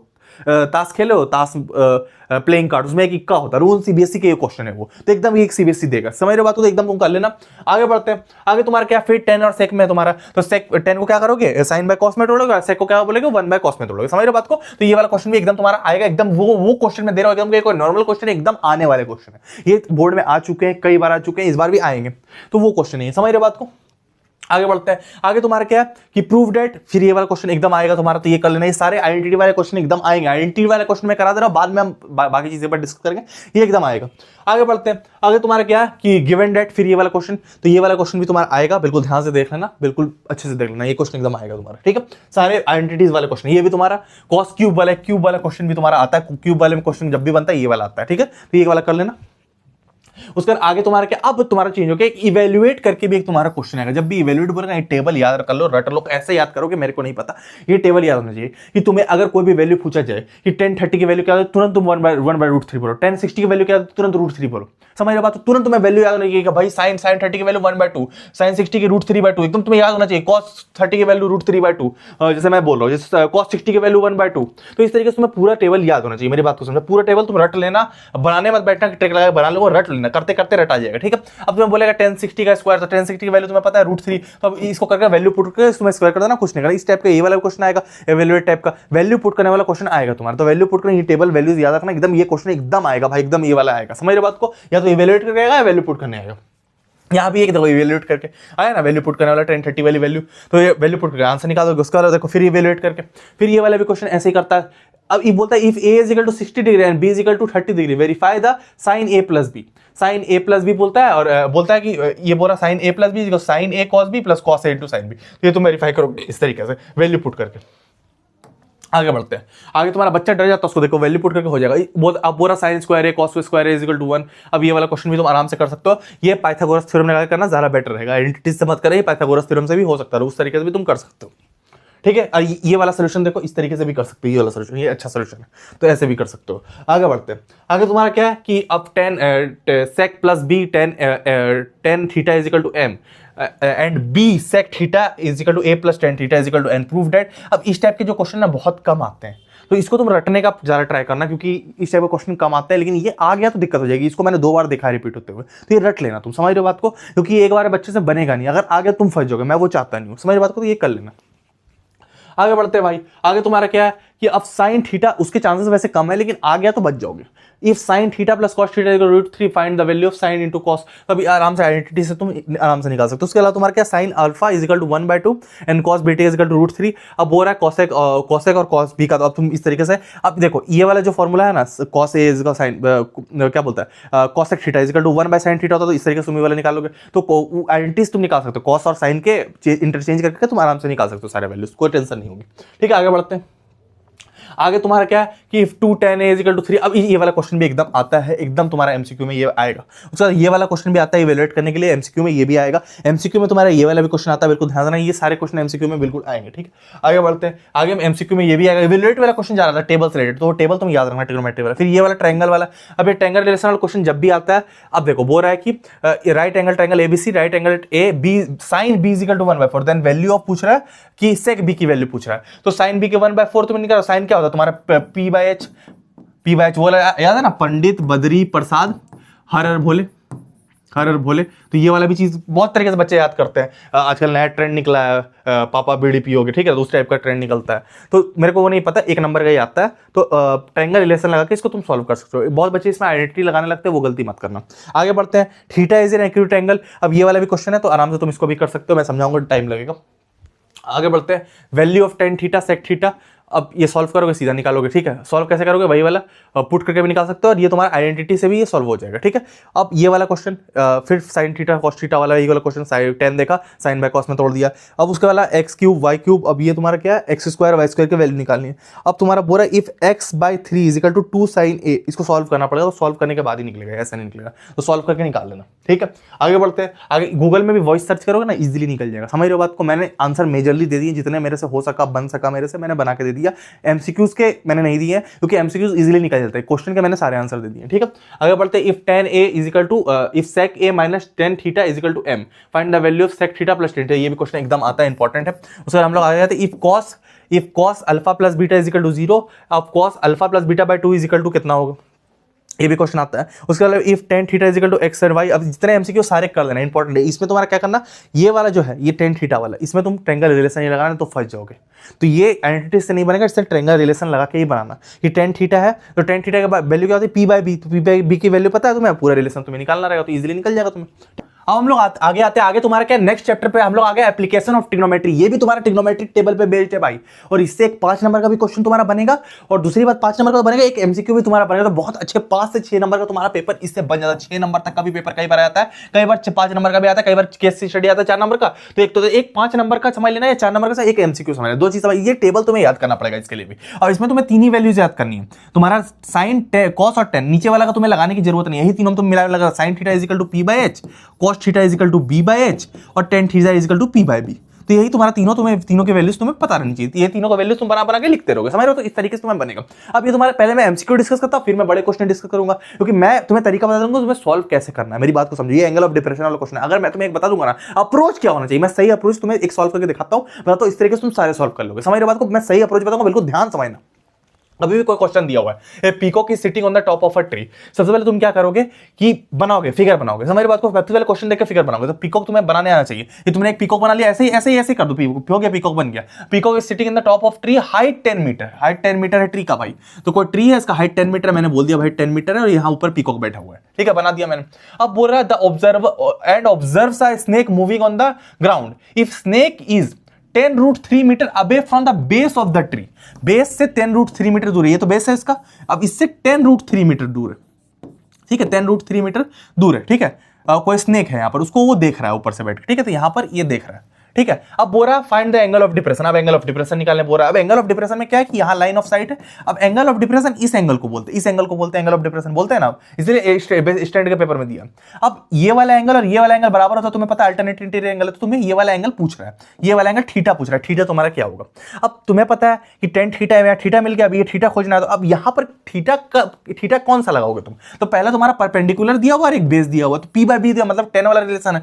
तुम्हें समझ में आ जाएगा कि टेन थीटा तुम्हें लगाना है जो पी बाई बी के बराबर होता है। अब P कितना दिया हुआ तुम्हारा? P दिया हुआ 10 मीटर, B कितना दिया हुआ कि 10√3 मीटर। कितना इजी है, 10 से 10 कट जाएगा, 1/√3 हो जाएगा। अब 1/√3 की वैल्यू क्या होती है? 1030 डिग्री होती है। तो मतलब क्या है कि tan theta is equal to 1030 degree, तो मतलब थीटा इज इक्वल टू क्या हो जाएगा तुम्हारा 30 डिग्री। तो वही तुम्हारा आंसर है। तो ये थीटा 30 डिग्री आंसर है, तो ये तुम्हारा इस तरीके से निकलेगा। समझ रहे हो कितना इजीली निकाल रहे हैं? 5 नंबर के भी क्वेश्चन ऐसे ही बनते हैं। तो 1 नंबर में दिया हुआ स्टैंडर्ड ऐसा है, समझ रहे हो? तो 5 नंबर में भी ऐसे ही बनते सेम। या काइट फ्लाई कर रही है, ये वाला क्वेश्चन है। फिर length of a shadow of a tower of a plane of a ground is √3 times the height of a tower, find the angle of elevation. तो आराम से तुम बना दोगे कि √3 टाइम्स है, उसको x मान लोगे, उसको √3x मान लो। तो मैं सॉल्व नहीं कर रहा, तुम बना लोगे, मेरे को पता है, ठीक है। अब ये वाला कुछ क्वेश्चन, अब इस टाइप के जो क्वेश्चन रहते हैं ना, इसमें तुम्हारा क्या रहता है, कुछ चीजें गायब रहती है। जैसे तुम्हारा क्या कि Amrita stood a base of a light house, base of light house को वो स्टूड कर, यहां फिगर भी बना कर दिया गया, grazing up it's towering height, ठीक है। C measured the angle of elevation from a top of a found to be 60 degree. अब यहाँ 60 डिग्री, यहाँ से अमृता यहाँ होगी A में, और ये 60 डिग्री देख रही है। और दूसरा तुम्हारा क्या है कि then C came to the nearby observation deck। अब कोई यहाँ पर एक ऊपर हो गई, कोई डेक पे खड़ी हो गई, कोई मिट्टी पे खड़ी हो गई, और यहाँ पर 40 metre higher than the original. यहाँ इसका डिस्टेंस 40 मीटर है। अब यहाँ पर एंगल ऑफ एलिवेशन तुम्हारा फिर से चेंज हो गया।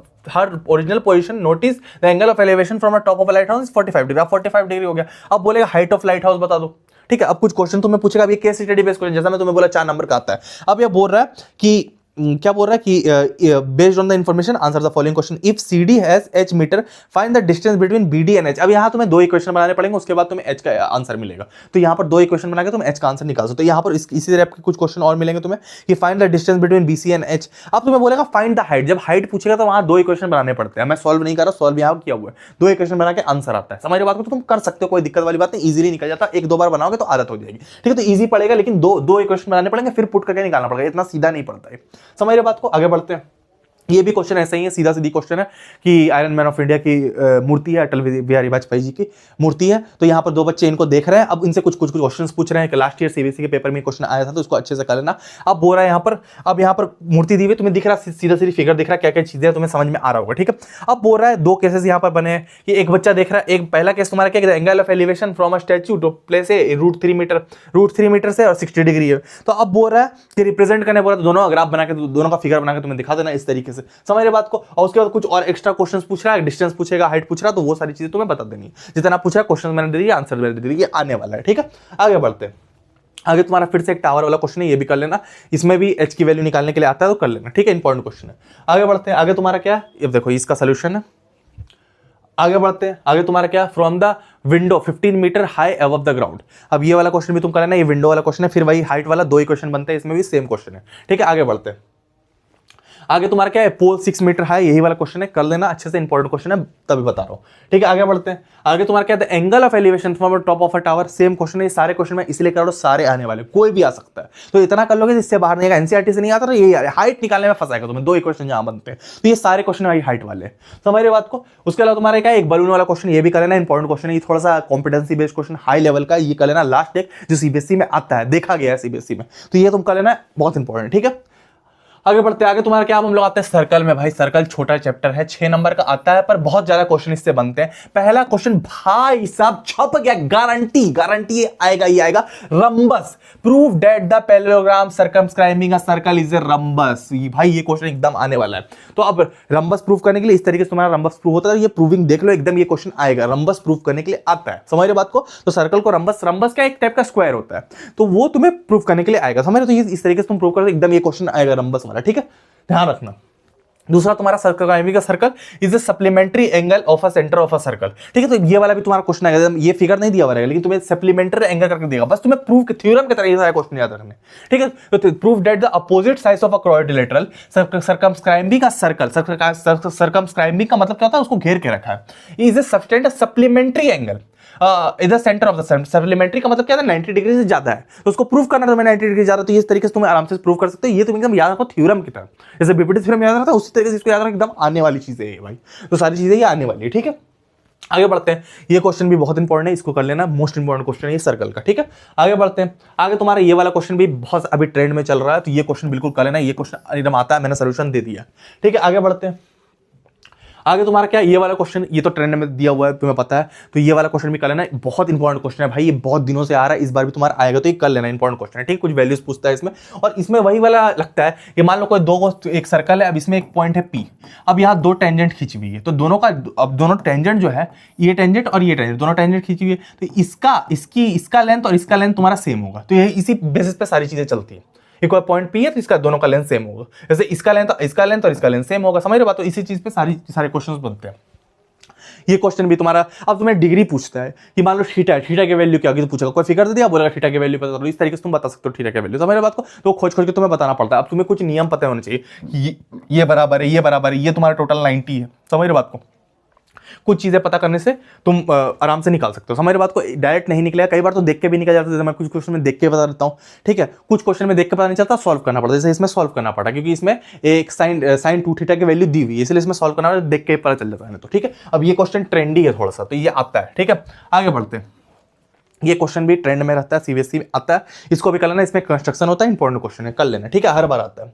आगे बढ़ते हैं। आगे तुम्हारा क्या है, ये वाला क्वेश्चन इंपॉर्टेंट है, कर लेना, एकदम आता है, इसको एकदम करके रखना, एकदम आ जाएगा, ठीक है। एकदम ऐसा करके रखना कि बाद में तुम एक नजर मारो, एक कॉपी में करके रखना, एक नजर मारो, तुम एग्जाम से पहले रिवाइज करके चले जाओ, कि एकदम आए, एकदम सेम आएगा, तुम कर लेना, ठीक है। ये वाला क्वेश्चन भी मैंने तुम्हें जैसा बोला कि जितना हाइट इसकी है उतनी हाइट इसकी है, जितनी हाइट इसकी उतनी इसकी है, जितनी इसकी उतनी इसकी, तो इसी बेसिस पर तुम सारे वैल्यूज निकाल सकते हो, सारे वैल्यूज इसी तरीके से निकले, वैसे ही करके पूछा है, ठीक है। कोई भी सर्कल को कोई भी सर्कल है, जब टेंजेंट ही ये पॉइंट सी है, तो ये दोनों टेंजेंट है, अब दोनों टेंजेंट है, दोनों की हाइट बराबर होगी, तो इस तरीके से तुम इसको निकाल सकते हो, ठीक है। मैं साफ कर दे रहा हूँ, इजी क्वेश्चन है, और ये वाला तुम्हारा आया है पेपर में, ठीक है। ये पेपर में आया, जितने पिक्चर वाले क्वेश्चन है सारे पेपर में आया, तो कर लेना, ठीक है। आगे बढ़ते हैं।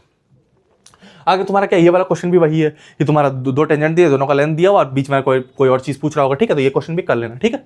आगे बढ़ते हैं। आगे तुम्हारा क्या, फिर इसी टाइप के क्वेश्चन और भी है, अब ये एक प्रूफ करने वाला, ये कर लेना, इंपॉर्टेंट क्वेश्चन है, ठीक है। तो ये सारे क्वेश्चन इंपॉर्टेंट है। आगे ये सब 2-3 नंबर के, ये 2-3 नंबर के, ये वाला क्वेश्चन भी कई बार आ चुका, तो ये कर लेना। आगे बढ़ते हैं। आगे तुम्हारा ये एमसीक्यू भी, अब ये सारे जब एमसीक्यू पूछता है, ये सारे एमसीक्यू पूछता है, बहुत ज़्यादा इंपॉर्टेंट रहता है, कभी कभी पूछ लेता है ये सारे एमसीक्यू, समझ रहे बात को। तो एक चीज़ तो मेरे को नजर आ रही है, ये एमसीक्यू कैसे होगा तुम देख के भी कर सकते हो। यहाँ 210 डिग्री बोल रहा है, टोटल डिग्रीज कितने होते हैं, तो तुम्हारा टोटल ये जो डिग्री होता है, ये तुम्हारा 360 के आसपास होता है, टोटल जब तुम घुमाओगे 360 के आसपास होता है। तो यहाँ बचा कितना, 150 डिग्री बचा, 150, और इसको जोड़ दोगे 360 हो जाएगा तुम्हारा, ठीक है। अब यहाँ मेरे को पता चल गया 150, तो ये भी 90 है, ये भी 90 है, मेरे को पता चला ये 90 है, तो ये 90, टेंजेंट तो 90 से जाता है, 90 + 90 + 150 और टोटल मिला के चारों मिला के कितना होता है, 360 होता है। तो प्लस इसको मानते हैं हम x, इज इक्वल टू 360, ठीक है। तो x की वैल्यू क्या आ जाएगी, x की वैल्यू तुम यहाँ पर काटोगे माइनस करो तो यहाँ 60 डिग्री है, तो इस तरीके से तुम इसको निकाल सकते हो, मैंने देख के बताती हूँ। अब ये वाला भी क्वेश्चन इसी टाइप का कुछ, तो इसी तरीके से तुम देख के सॉल्व कर सकते हो। तो उसके बाद आगे आते हैं, आगे तुम्हारा क्या इसी तरीके से ये भी सेम निकाल सकते हो तुम, कोई टेंशन वाली बात नहीं है, सेम समझ में आ रहा है जो भी चीजें in given figure R J R L are two tangents. अब आर जे एल तुम्हारा दिया 42, the measure of J O L इसका मेजर पूछ रहा है। तो अब हमें दिख रहा है कि तो बड़ा है ना यार, ये तो 90 के आसपास का लग रहा है तुम्हें, ये बड़ा हमें दिख रहा है। अब ये 90 से कम भी लग रहा है, 90 से ऊपर तो लग नहीं रहा है, देखो ऐसे करके दिख रहा है, देख के भी तुम बता सकते हो ये 84 लग रहा है, 90 से ऊपर तो नहीं, 90 ऐसा दिखता है, तो ये वाला तो होगा नहीं, ये 42 होगा नहीं, 90 से ऊपर भी नहीं है, तो मतलब यही वाला होगा, देख के तुम बता सकते हो कहीं, इसे देख के थोड़ा अंदाजा लग जाता है। अब ये फिगर में भी अब बहुत बच्चे सॉल्व कर लेंगे, जो बच्चे सॉल्व नहीं कर पाते उनके लिए मैं ट्रिक बता रहा हूँ, ध्यान समझना। जो सॉल्व करने वो सीधा सॉल्व कर लेंगे फॉर्मूला लगा के, वो एंगल्स का उनको बहुत आइडिया होता है।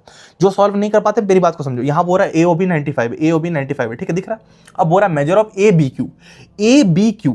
अब ABQ पूछ रहा है कितना डिग्री है, ABQ अब क्या 95 डिग्री हो सकता है, 90 डिग्री तो ऐसा होता है, ये क्या ऐसा है, तो ये तो कम ही होगा, 90 से ऊपर भी नहीं हो सकता, ऐसा हो जाता फिर तो 95 तो हो नहीं सकता, 85 हो नहीं सकता, उस पास नहीं, 42.5 हो सकता है और 47 हो सकता है, इन दोनों में एक हो सकता है। अब यहां पर तुम अगर थोड़ा सा इरेज करोगे, तो यहां पर मेरे को ज्यादा दिख रहा है, अब यहां पर 90 है, तो ये वाला थोड़ा सा उधर उठा हुआ, तो हमें दिख रहा है कि 45 से ऊपर लग रहा है, तो यहां 47.5 लगेगा। तो थोड़ा सा आइडिया लगा के तुम लगा सकते हो, तुम समझ रहे हो मोटा मोटी मैं क्या आइडिया लगवाना चाह रहा हूं, समझ रहे हो, तो उस टाइप का तुम आइडिया लगा के भी कर सकते हो। सारे एमसीक्यू ये वाला भी सेम टाइप का इसी टाइप से बनेगा, ये भी सेम इसी टाइप से बनेगा, इसी टाइप से आता है क्वेश्चन, ठीक है। आगे बढ़ते हैं, आगे तुम्हारा क्या है, ये भी तुम्हारा इसी टाइप से बनेगा, पाइथागोरस थ्योरम इसमें लगेगा, उससे बन जाएगा, ये भी उसी टाइप से बनेगा, बन जाएगा, ठीक है, टेंशन नहीं। आगे बढ़ते हैं, ये वाला तुम्हारा क्या असर्शन रीजनिंग वाला क्वेश्चन है, इंपॉर्टेंट है, कर लेना, इंपॉर्टेंट क्वेश्चन है, ठीक है। आगे बढ़ते हैं, आगे तुम्हारा क्या, अब एरिया रिलेटेड टू सर्कल पे आते हैं, ये 5 नंबर का तुम्हारा आएगा, बिल्कुल ध्यान से समझना। अब इसमें तुम्हें कुछ फाइंड करने आएगा, इससे ज्यादा नंबर के क्वेश्चन आते हैं, बिल्कुल ध्यान से समझना क्या क्या बता रहा हूं। इसमें 2 चीजें होती है, कोई भी सर्कल है, ठीक है। अब मान के चलो तुम्हारा बर्थडे का केक है, तुम्हारी मम्मी ने केक यहां से काट दिया, ठीक है, कट कर दिया। अब ये जो बड़ा वाला केक है, जो बचा हुआ केक है, उसको हम लोग बोलते हैं मेजर सेगमेंट, ठीक है। और जो छोटा वाला केक जिसको मम्मी ने काट के तुम्हें खिलाया है, वो तो बोलते हैं माइनर सेगमेंट। सुन के भी लगता है कि माइनर होगा, छोटा है, माइनर मतलब छोटा होता है, तो माइनर सेगमेंट, तो इसको माइनर पार्ट बोलते हैं, इसको मेजर पार्ट बोलते हैं, ठीक है। अब तुम्हें कुछ चीजें फाइंड करने यहाँ पे आएगा, एरिया ऑफ सेक्टर फाइंड करने आएगा। एरिया ऑफ सेक्टर का मतलब, सेक्टर क्या होता है बता दे रहे हो, सेक्टर मतलब ये केक का कट, मान लो इधर से तुम्हारे फादर है, इधर से उन्होंने केक को कट कर दिया, तो ऐसे जब कोई केक को कट किया जाता है तो उसको सेक्टर बोलते हैं, ठीक है, सेक्टर बोलते हैं। इस एरिया का सेक्टर पूछा जाता है, यहां पर जब तुम्हें थीटा पता रहेगा तो तुम सेक्टर भी निकाल सकते हो। फिर एरिया ऑफ सेगमेंट पूछते हैं, अब मान लो जैसे तुम्हारी मम्मी ने जो काटा था उसको एरिया बोलते हैं, इस एरिया का सेगमेंट को एरिया ऑफ सेगमेंट बोलते हैं, ठीक है। अब एक लेंथ ऑफ आर्क होता है, अब इसकी लेंथ कितनी, ये जो ब्लू वाला तुम्हें पार्ट दिख रहा है सेक्टर का लेंथ, उसको लेंथ ऑफ आर्क बोलते हैं। ये तीनों चीजें तुम्हें निकालने आती है। उसके अलावा तुम्हें क्या क्या आता है कि एरिया ऑफ सर्कल आता है निकालने, सरकमफेरेंस ऑफ सर्कल, सरकमफेरेंस का मतलब क्या है कि इन पूरी लेंथ कितनी, यहां से स्टार्ट करेंगे तो ये घूम के आएगा, तो इसकी लेंथ कितनी, 10 मीटर है, 20 मीटर, पूरा इसकी कॉर्नर की लेंथ कितनी घुमा के लाओगे तो, ठीक है। यही स्क्वायर रहता है, सरकमफेरेंस को, स्क्वायर का सरकमफेरेंस को पेरीमीटर बोलते हैं। समझ रहे बात को, जैसे घुमा, मान चलो कोई स्क्वायर है, ठीक है, अब जैसे स्क्वायर है तो यहाँ 2 मीटर है, यहाँ 2 मीटर है, यहाँ 2 मीटर, यहाँ 2 मीटर, तो इसका पेरीमीटर क्या हो जाएगा 8 मीटर। तो ऐसे ही सर्कल है मान के चलो, तो इसका पेरीमीटर को सर्कमफेरेंस बोलते हैं। ये कितना है, जैसे मैंने बोला 10 मीटर, तो उस हिसाब से बनता है। एरिया ऑफ इक्विलैटरल ट्रायंगल भी पूछते हैं, तो एरिया ऑफ इक्विलैटरल ट्रायंगल का तुम्हें पता होना चाहिए फॉर्मूला कि √3/4 इंटू साइड का स्क्वायर, तो ये तुम्हें पता होना चाहिए, ठीक है। अब हम लोग आते हैं क्वेश्चंस पे, क्वेश्चन पे आते हैं। क्वेश्चन तुम्हारा इस टाइप का सिल्वर ब्रोच वाले क्वेश्चन है, इसको अच्छे से कर लेना, इंपॉर्टेंट है। अब इसमें सेंट्रल एंगल पूछ रहा है, लेंथ ऑफ आर्क पूछ रहा है, वही सारी चीजें बोल रहा है, एरिया ऑफ सेक्टर पूछ रहा है, सारी चीजें पूछ रहा है। ये ब्रोच है, अब यहाँ पर तुम्हें एंगल थीटा दिया हुआ, अब सारी चीजें तुम्हें पूछ रहा है, यहाँ पर समझ रहे हो, वही सारी चीजें जो मैंने समझाया वही पूछ रहा है। ये ब्रोच वाला क्वेश्चन आता है, इंपॉर्टेंट है। अब तुम्हारा एक ये वाला क्वेश्चन लास्ट ईयर बहुत चला था, ये क्वेश्चन भी तुम कर लेना, बहुत इंपॉर्टेंट क्वेश्चन है, ठीक है। यहाँ पूछ रहा है, लास्ट ईयर बहुत ज्यादा पेपर्स में, सारे सेट्स में क्वेश्चन आया था, तो भाई ये क्वेश्चन कर लेना, बहुत अच्छा क्वेश्चन है, एकदम अच्छे से इसको रेडी करना, ठीक है, बहुत इंपॉर्टेंट है। हम लोग आगे बढ़ते हैं। आगे तुम्हारा फिर वही वाला कि an arc of a circle, इसके आने की चांसेस बहुत हाई। ऑफ रेडियस तुम्हें दिया 21, subtend angle of 60 degree. 60 degree CBSE का बहुत फेवरेट है, कभी भी ये एंगल बनाएगा वो 60 ही बनाएगा, जब भी उसने क्वेश्चन दिया है 60 डिग्री, या फिर कभी कभी राइट एंगल भी बोल। राइट एंगल का मतलब तुम्हें पता होना चाहिए, राइट एंगल जब भी बोले, ठीक है, समझ जाना 90 डिग्री की बात हो रही है, समझ रहे हो। लेकिन वो जल्दी बोलता नहीं, हमेशा 60 बोलता है, तो 60 बोलेगा, थीटा पर चल गया। अब लेंथ ऑफ आर्क पूछ रहा, वही चीज, एरिया ऑफ सेक्टर पूछ रहा है, एरिया ऑफ ट्रायंगल एओबी पूछ रहा है, सब चीज वही पूछ रहा है, तो सीरीज तरीके से तुम कर लोगे, समझ रहे हो बात को।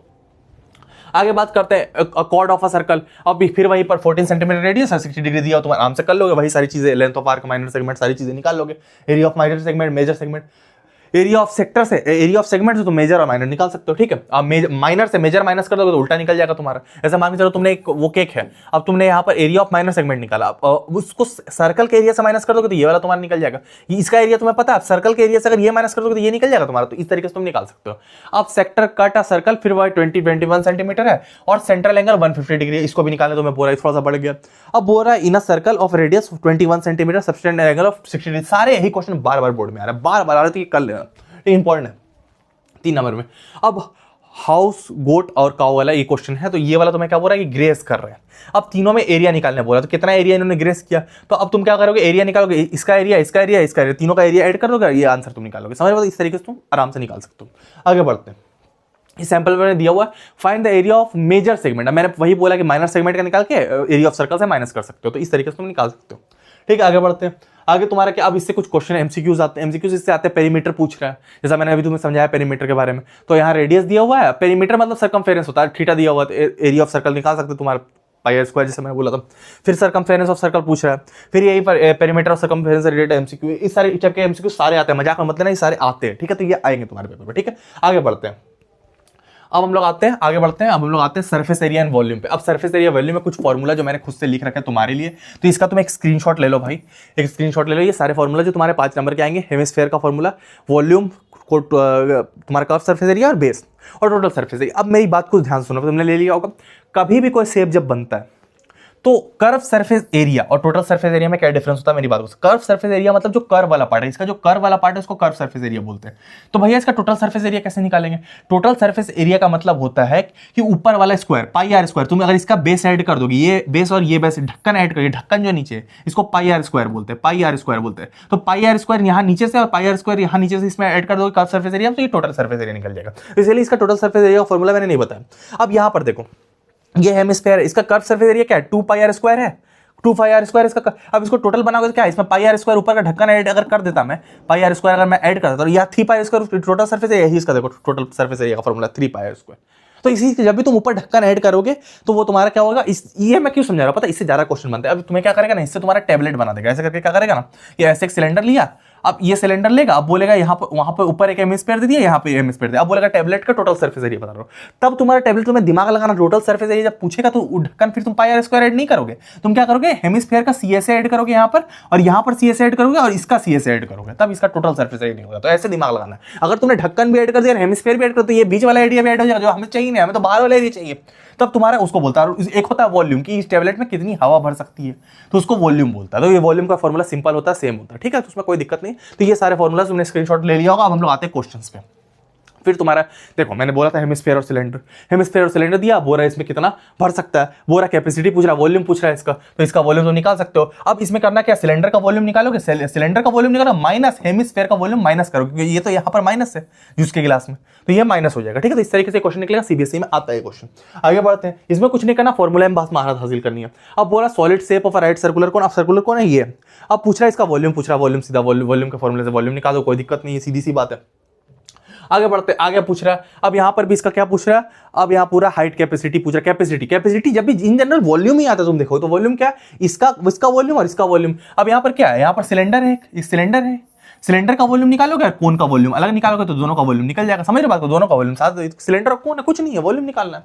आगे बढ़ते हैं भाई, यही सारे क्वेश्चन आ रहे हैं पेपर में।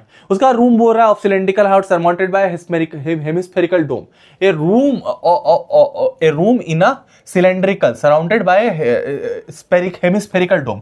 अब कोई सिलेंडर है और यहां कोई हेमिस्फीयर से सराउंड किया हुआ है। अब इसका पूछ रहा है कि let the radius of hemisphere वगैरह दिया, वॉल्यूम पूछ रहा है रूम। जनरल मैं देखता हूं सीबीएसई में वॉल्यूम ही आता है भाई।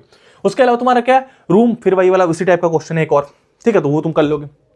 आगे आते हैं, आगे ये आइसक्रीम वाला सेम वॉल्यूम ऑफ आइसक्रीम पूछ रहा है, टोटल सरफेस एरिया और कर्व सरफेस एरिया मैंने समझा दिया, वॉल्यूम बाकी तुम्हारे आता है, इन जनरल वॉल्यूम ही पूछता है। अब पूछ रहा है यहाँ पर, या फिर वॉल्यूम पूछ रहा है, difference between inner radii outer radii वाला क्वेश्चन, तो ये भी कर लोगे। ये थोड़े क्वेश्चन अच्छे रहते हैं, फिर ये वाला भी करो, सारे फॉर्मूला बेस्ड रहता है, फॉर्मूला रट लोगे काम हो जाएगा। इन जनरल तुम्हारा कोन हेमिस्फीयर, कोन और हेमिस्फीयर का इन जनरल आता है, ठीक है, और तुम्हारा सिलेंडर, हेमिस्फीयर, कोन और सिलेंडर, ठीक है। एक ये वाला शेप, मेरी बात को समझना, एक सिलेंडर वाला शेप, इसका तुम्हें सारे याद करना, वॉल्यूम टीएसए और तुम्हारा कर्व सरफेस एरिया। एक तुम्हारा ये वाला शेप जिसमें स्लांट हाइट एल का भी यूज होता है, ठीक है, एल का स्लांट हाइट का भी यूज होता है जो पाइथागोरस थ्योरम से निकलता है। और एक तुम्हारा ये वाला हेमिस्फीयर, ठीक है, ये वाला आधा स्फीयर, तो ये 3 शेप ज्यादा आते हैं, ठीक है। कभी कभार कोन वगैरह आता है, ये सारी चीजें तुम कर सकते हो, ठीक है। आगे बढ़ते हैं, आगे तुम्हारे ये वाले क्वेश्चन भी एकदम आते हैं, तो ये सारे एमसीक्यू तुम कर लेना अच्छे से, बिल्कुल सारे फॉर्मूला बेस्ड है। उसके अलावा तुम्हारे और कुछ एमसीक्यूज आते हैं, सारे इतना कर लोगे, इसमें महारत हासिल होगी। अब हम लोग आते हैं स्टैटिस्टिक्स पे। अब हम लोग आते हैं हमारे अगले चैप्टर जो तुम्हारा स्टैटिस्टिक्स। तुम्हें बहुत आराम से इसमें 7 नंबर मिल जाएंगे, बस तुम्हें मीन निकालने आना चाहिए। 5 नंबर का मीन निकालने ही आया था, तो बिल्कुल आराम से तुम कौन सा क्वेश्चन आएगा, मिसिंग फ्रीक्वेंसी वाला, तुरंत बता रहा हूं क्या आएगा। पहले 7 नंबर का इससे आता है, कंफर्म 7 नंबर का आता है तुम्हारा। मीन निकालने तुम्हें आना चाहिए, मीन या मोड निकालना। तो पहला मीन 3 मेथड से निकलता है, एक डायरेक्ट मेथड। कभी भी तुम सिग्मा FI XI देखना किसी फॉर्मूला में, समझना डायरेक्ट मेथड है, तो डायरेक्ट मेथड से निकलता है। एक assume mean method FI DI से निकलता है सिग्मा, और एक स्टेप डेविएशन जो थोड़ा सा हार्ड होता है FI UI से निकलता है, ठीक है। तो ये तीनों का फॉर्मूला होगा। एक तुम्हारा मोड निकलता है, मोड का फॉर्मूला ये होगा, तुम देख लो। और तुम्हारा एक और निकलता है मीडियम, मीडियम का फॉर्मूला ये होगा। 3 चीजें तुम्हारी निकलती है, ठीक है। तो ये तीनों फॉर्मूला तुम्हारा पूरा 5 नंबर का क्वेश्चन घूमेगा, और 2 MCQ आ सकते हैं इससे, तो वो भी बता दूंगा, सारी चीजें बता दूंगा। पहले तुम 5 नंबर वाली चीजें देख लो। मिसिंग फ्रीक्वेंसी वाला आता है, ये तुम्हें फ्रीक्वेंसी दे दी गई, और एक एफ तुम्हारा मिसिंग है। अब यहाँ पर क्या किया, यहाँ पर डायरेक्ट मेथड लगा के तुमने क्या किया, एफ को क्या किया, यहाँ पर ऐड कर लिया इस तरीके से। यहाँ पर इसको ऐड कर लिया, इसको ऐड कर लिया, मिसिंग फ्रीक्वेंसी। और क्या यहाँ पर तुम्हें मीन दे दिया जाएगा, गिवन डाटा देखो मीन दे दिया गया, तो मीन दे दिया गया कि फ्रीक्वेंसी मिसिंग है। जब फ्रीक्वेंसी दी हुई रहती, मान के चलो फ्रीक्वेंसी तुम्हें दी हुई रहती कि 19 है फ्रीक्वेंसी, तो अब तुम उसका मीन निकालते हैं। अब यहाँ मीन दे दिया फ्रीक्वेंसी मिसिंग, तो तुम क्या करोगे, उसको सेटिस्फाई करके निकाल सकते हो। इस तरीके से निकलता है। एक और आता है कि दो को चीजें गायब रहती है। अब तुम्हारा देखोगे ना, तो यहाँ पर दो चीजें गायब होगी, का के टेबल है। अब यहाँ पर एक्स और वाई 2 चीजें गायब है। अब 2 चीजें गायब है, तो यहाँ पर 2 चीजें इसको देनी पड़ेगी। The population of lions notice in the region across the world is the following table इतना, the median of a given data is इतना, find the value of x and y. अब इसमें टोटल डेटा भी दिया हुआ है, समझ रहे हो, टोटल सम कितना, सम 2 चीजें दी हुई। कभी भी जितने वेरिएबल गायब रहेंगे उतने इक्वेशन भी तुम्हें चाहिए होंगे, उतनी चीजें तुम्हें गिवन होनी चाहिए। जैसे एक वेरिएबल गायब है तो एक चीज दी, जैसे उस समय मीन दी हुई थी, एक वेरिएबल गायब है तो एक चीज दी थी। यहाँ पर मैंने बोला 2, तो यहाँ पर पहला बात तो सम इसका क्लियर कर दिया, और दूसरा बात इसका मीडियम दे दिया। मीडियम वाला फॉर्मूला लगा के आराम से तुम निकाल लोगे, ठीक है। इसलिए मीडियम का फॉर्मूला इंपॉर्टेंट है, ठीक है, स्टैंड के पेपर के लिए। आगे बढ़ते हैं, फिर यहाँ पर बोल रहा है एप्पल्स वाला फॉर्मूला। फिर यहाँ पर मीन वगैरह निकाल के आराम से मीन एप्पल आराम से निकाल सकते हो। इसमें भी एक गायब है एक्स वाला, तो मिसिंग फ्रीक्वेंसी कब भी स्टैंडर्ड की बात है, यही बेसिक रहेगा तो फ्रीक्वेंसी मिस नहीं करेगा, मिसिंग फ्रीक्वेंसी नहीं देगा। स्टैंडर्ड को हार्ड बनाने के लिए फ्रीक्वेंसी मिस कर दिया। तो ये सारे क्वेश्चन तुम्हारे आएंगे, तो देख लेना एकदम यही वाले क्वेश्चन आएंगे, ठीक है। आगे बढ़ते हैं, आगे तुम्हारा क्या है कि यहाँ पर, अब यहाँ पर ये है तुम्हारा रेसिंग चल रही है यहाँ पे। अब यहाँ पर बोल रहा है कि what is the median of the medium वगैरह पूछ रहा है, तो यहाँ तो मैं डेटा दिया हुआ है, मीडियन निकालना आराम से, कोई दिक्कत नहीं है। केस स्टडी बना दिया इसको, यहाँ पर भी सेम केस स्टडी बना दिया। अब यहाँ पर तुम्हें क्या पूछ रहा है कि right the model class of the, तो मॉडल क्लास में तुम्हें आगे समझा दूंगा क्या चीजें होती है। उसके बाद फोर फाइंड द मीडियन, तो मीडियन भी पूछ रहा है, ठीक है। तो मॉडल क्लास में अच्छे समझाऊंगा, टेंशन नहीं। तो मॉडल क्लास और मीडियन पूछ रहा है इसका, तो आराम से तुम निकालोगे, कोई टेंशन नहीं। केस स्टडी टाइप का डरना नहीं, आराम से निकल जाएगा, ठीक है। आगे आते हैं, अब बोल रहा है कि मॉडल क्लास। अब मैंने तुम्हें बोला मॉडल क्लास का मतलब होता है हाईएस्ट फ्रीक्वेंसी, लोअर लिमिट और अपर लिमिट। ये गलत प्रिंटेड है, लोअर लिमिट और अपर लिमिट की हाईएस्ट फ्रीक्वेंसी, ठीक है। तो हाईएस्ट फ्रीक्वेंसी को तुम्हारा बोलता है, हाईएस्ट फ्रीक्वेंसी का मतलब क्या है। अब यहाँ लेस देन और मोर देन में चीजें आ जाती है, तो तुम कैसे निकालोगे, कभी भी लेस देन में रहे, लेस देन और मोर देन, ठीक है। लेस देन, मोर देन, या अबव या बिलो, ठीक है। तो अब लेस देन कभी भी रहे तो तुम देखो कितना घट रहा है। अब ये तुम देखोगे ना कितना, इसको तुम्हें ये डिसकंटिन्यूअस फ्रीक्वेंसी, इसको कंटिन्यूअस फ्रीक्वेंसी में तुम्हें लाना पड़ेगा पहले, उसके बाद तुम बता पाओगे, ठीक है। तो अभी तुम्हें क्या दिख रहा है, अभी तुम्हें क्या दिख रहा है कि लेस देन है। अब लेस देन कितना बढ़ रहा है, 10 से 20 बढ़ रहा है, 20 से 30 बढ़ रहा है, तो लेस देन मतलब कि 10 घटाना पड़ेगा। तो यहां तुम इसको क्या लिखोगे पता है, इसको तुम लिखोगे यहाँ 0 से 10, फिर यहां लिखोगे दूसरे वाले में, यहाँ देखो यहाँ पर क्या होगा तुम्हारा 0 से 10 होगा, फिर यहाँ 10 से 20 होगा, इसको ऐसे लिखोगे, फिर यहाँ 20 से 30 होगा, ऐसे लिखोगे, फिर यहाँ 30 से 40 होगा अगले वाले में, फिर यहाँ 40 से 50 होगा, ठीक है। अब फिर यहाँ 50 से 60 होगा, ठीक है, ऐसे होगा। अब तुमने देखा कि अब पूछ रहा हाईएस्ट फ्रीक्वेंसी, मैंने बोला अब ये कंटिन्यूअस में आई। अब पूछ रहा, इसका क्या पूछा था कि मॉडल क्लास, अब क्लास तो मैंने निकाल दिया स्पेसिफाई। अब देखो तुम हाईएस्ट कौन सा है इसमें, हाईएस्ट तुम्हें ये वाला दिख रहा है, हाईएस्ट कौन सा 30 से 40 वाला, तो ये 30 से 40 वाले में तुम्हारा हो जाएगा। तो इस तरीके से निकालते हैं।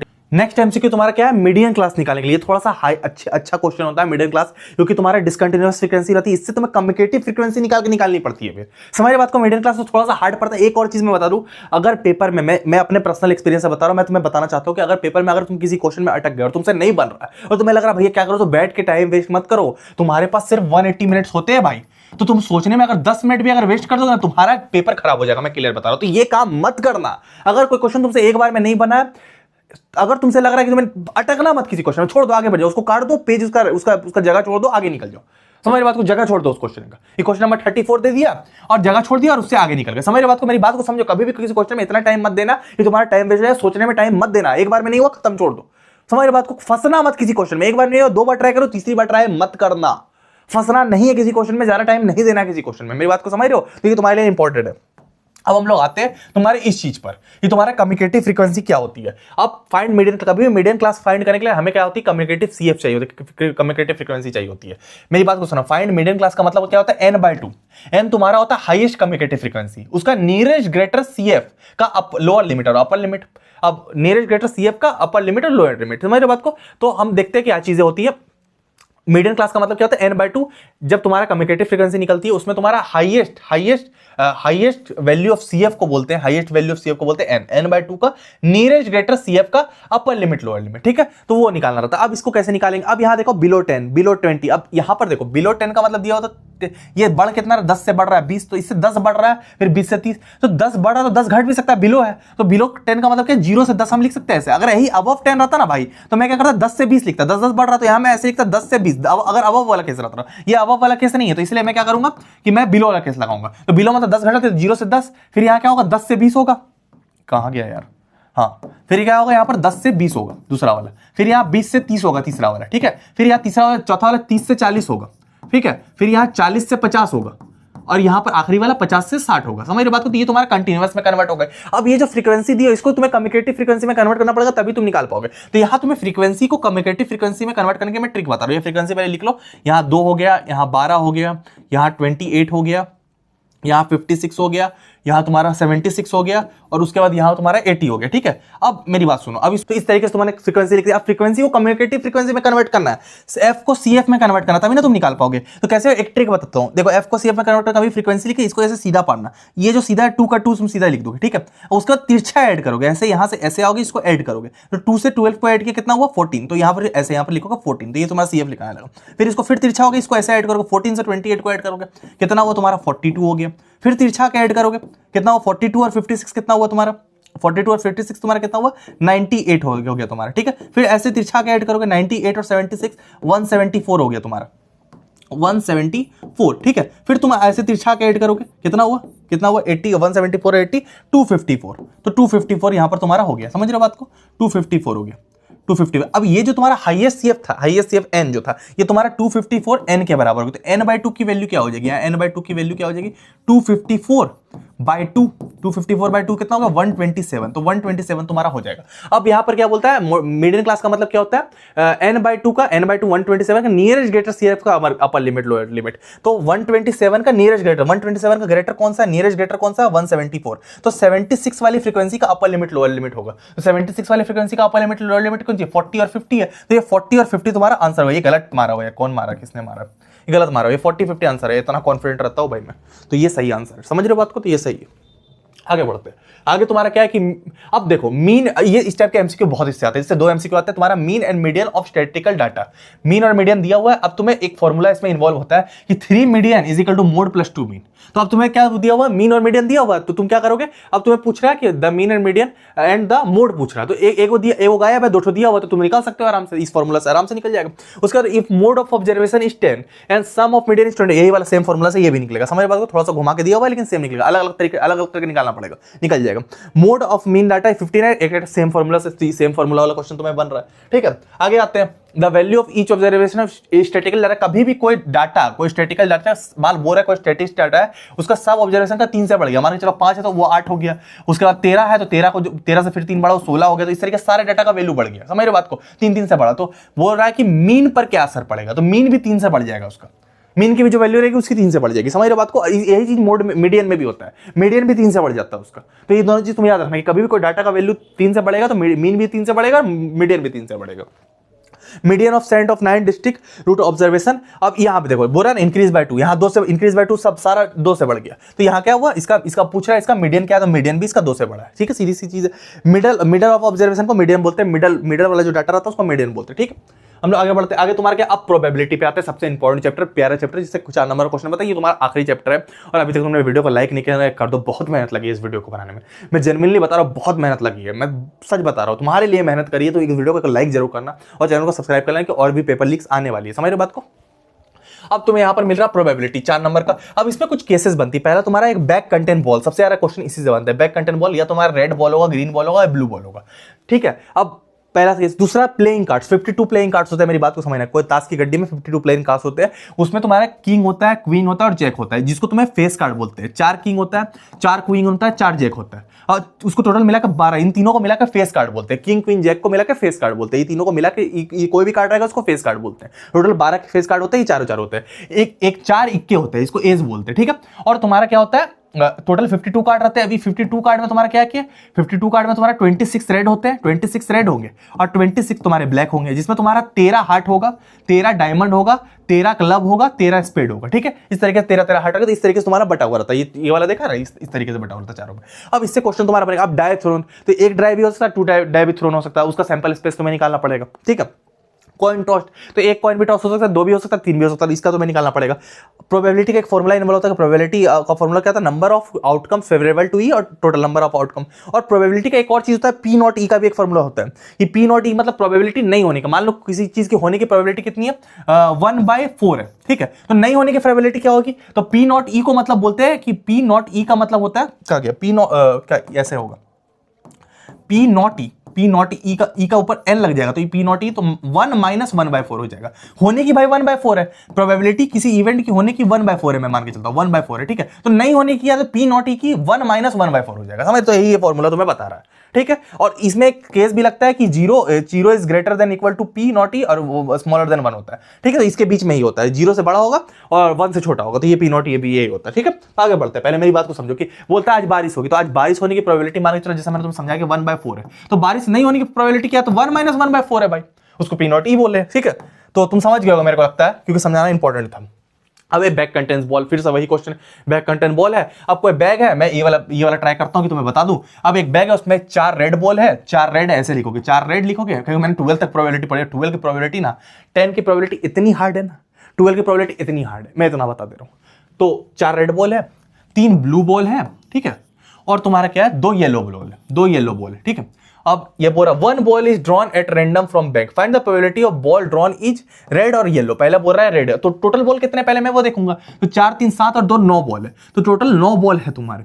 अब बोल रहा है कि रेड की प्रोबेबिलिटी कितनी, तो रेड तुम्हारा कितना है, तो प्रोबेबिलिटी ऑफ रेड में बोलूंगा कितना है, तो रेड कितना है, रेड तुम्हारा क्या है 4 है, तो 4/9, ठीक है, तो वही होगा 4/9। अब बोल रहा है कि येलो की प्रोबेबिलिटी कितनी, तो प्रोबेबिलिटी ऑफ मैं बोलूंगा येलो टोटल तुम्हारे पास कितना है 2, टोटल कितना है 9, तो 2/9 हो जाएगा, तो यही तुम्हारा आंसर है। तो इसी तरीके से निकालो। ये फिर बैक कंटेंट बॉल है, तो फिर तुम आराम से निकाल लो, कोई टेंशन नहीं।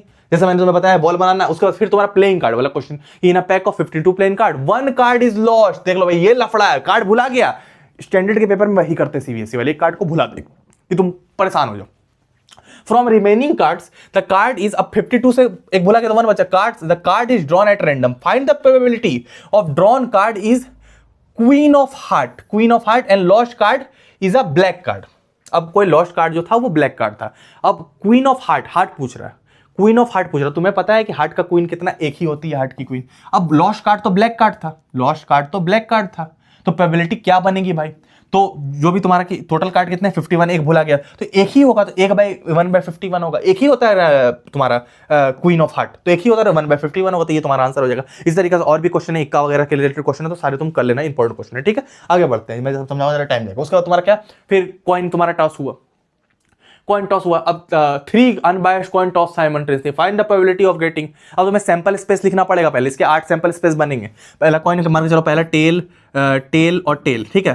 फिर तुम्हारा टेल हेड, ठीक है। फिर इस तरीके से बनेगा टेल हेड टेल, ठीक है। इस तरीके से 7-8 सैंपल स्पेस बनेगा। उसके बाद तुम बताओगे क्या होगा, समझ, तुम्हें पता होगा कैसे बनाना, मैं लूंगा, टाइम जाएगा। फिर डाइस थ्रोन वाला तुम्हारा क्वेश्चन बनेगा। अब डाइस थ्रोन वाले मेरे को सीबीएसई ने ऐसा फंसाया था ना, एक बार बोला था 2 dice thrown, find the probability of getting number, बोला था कि find the probability getting number sum is 15, तो मैंने पूरा निकाल दिया। फिर मेरे को बाद में पता चला कि यार 2 छक्कों को जब मैं फेंकूंगा किसी में, तो वो सम कितना आएगा, मैक्सिमम 12 ही आएगा ना, 13 तो आ नहीं सकता। मैंने पूरी प्रोबेबिलिटी चेक कर दी। इस तरीके से सीबीएसई कई बार फंसा देता है।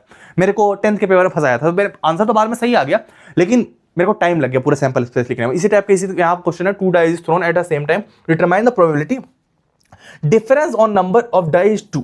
अब डिफरेंस किसका किसका 2 है, तो अब तुम देख लो निकाल के। अब इसमें तो तुम्हें पूरा सैंपल स्पेस लिखना पड़ेगा, उसके बाद तुम निकाल पाओगे कि 3 नंबर का क्वेश्चन भी है, तो पूरा सैंपल वो था एमसीक्यू, तो वहां मेरे टाइम वेस्ट हुआ। इसमें तो पूरा तुम्हें सारे 36 सैंपल स्पेस निकले पड़ेंगे, दो कॉइन्स। अब यहाँ पर ये भी क्वेश्चन तुम्हारा 8 बॉल वाला है। अब इसमें कुछ क्वेश्चन पूछा गया, अब यहाँ पर वही देखो 15 बॉल्स है, बॉल्स वगैरह कुछ क्वेश्चन पूछा गया प्रोबेबिलिटी से रिलेटेड, तुम कर लेना, अच्छे क्वेश्चन है, हर बार लास्ट ईयर भी आया था। अब फिर यहाँ पर कुछ एमसीक्यूज है, देख लो ध्यान से, बिल्कुल कर लेना, इससे बाहर नहीं आएगा। आगे बढ़ते, कुछ और एमसीक्यूज है, कल है ना, इससे बाहर नहीं आएगा, ठीक है। आगे बढ़ते हैं, आगे तुम्हारा कुछ और एमसीक्यूज है, फिर देख लो कुछ और प्रोबेबिलिटी के एमसीक्यूज है, अच्छे से कर लेना, सारे आते हैं। अब लास्ट क्वेश्चन तुम्हारा क्या है कि एक तुम्हारा ये असर्शन रीजनिंग वाला क्वेश्चन है, प्रोबेबिलिटी, इससे बाहर तुम्हारा नहीं आएगा, इतना तुम कर लोगे, तुम्हें मैथ्स में महारत हासिल हो जाएगी।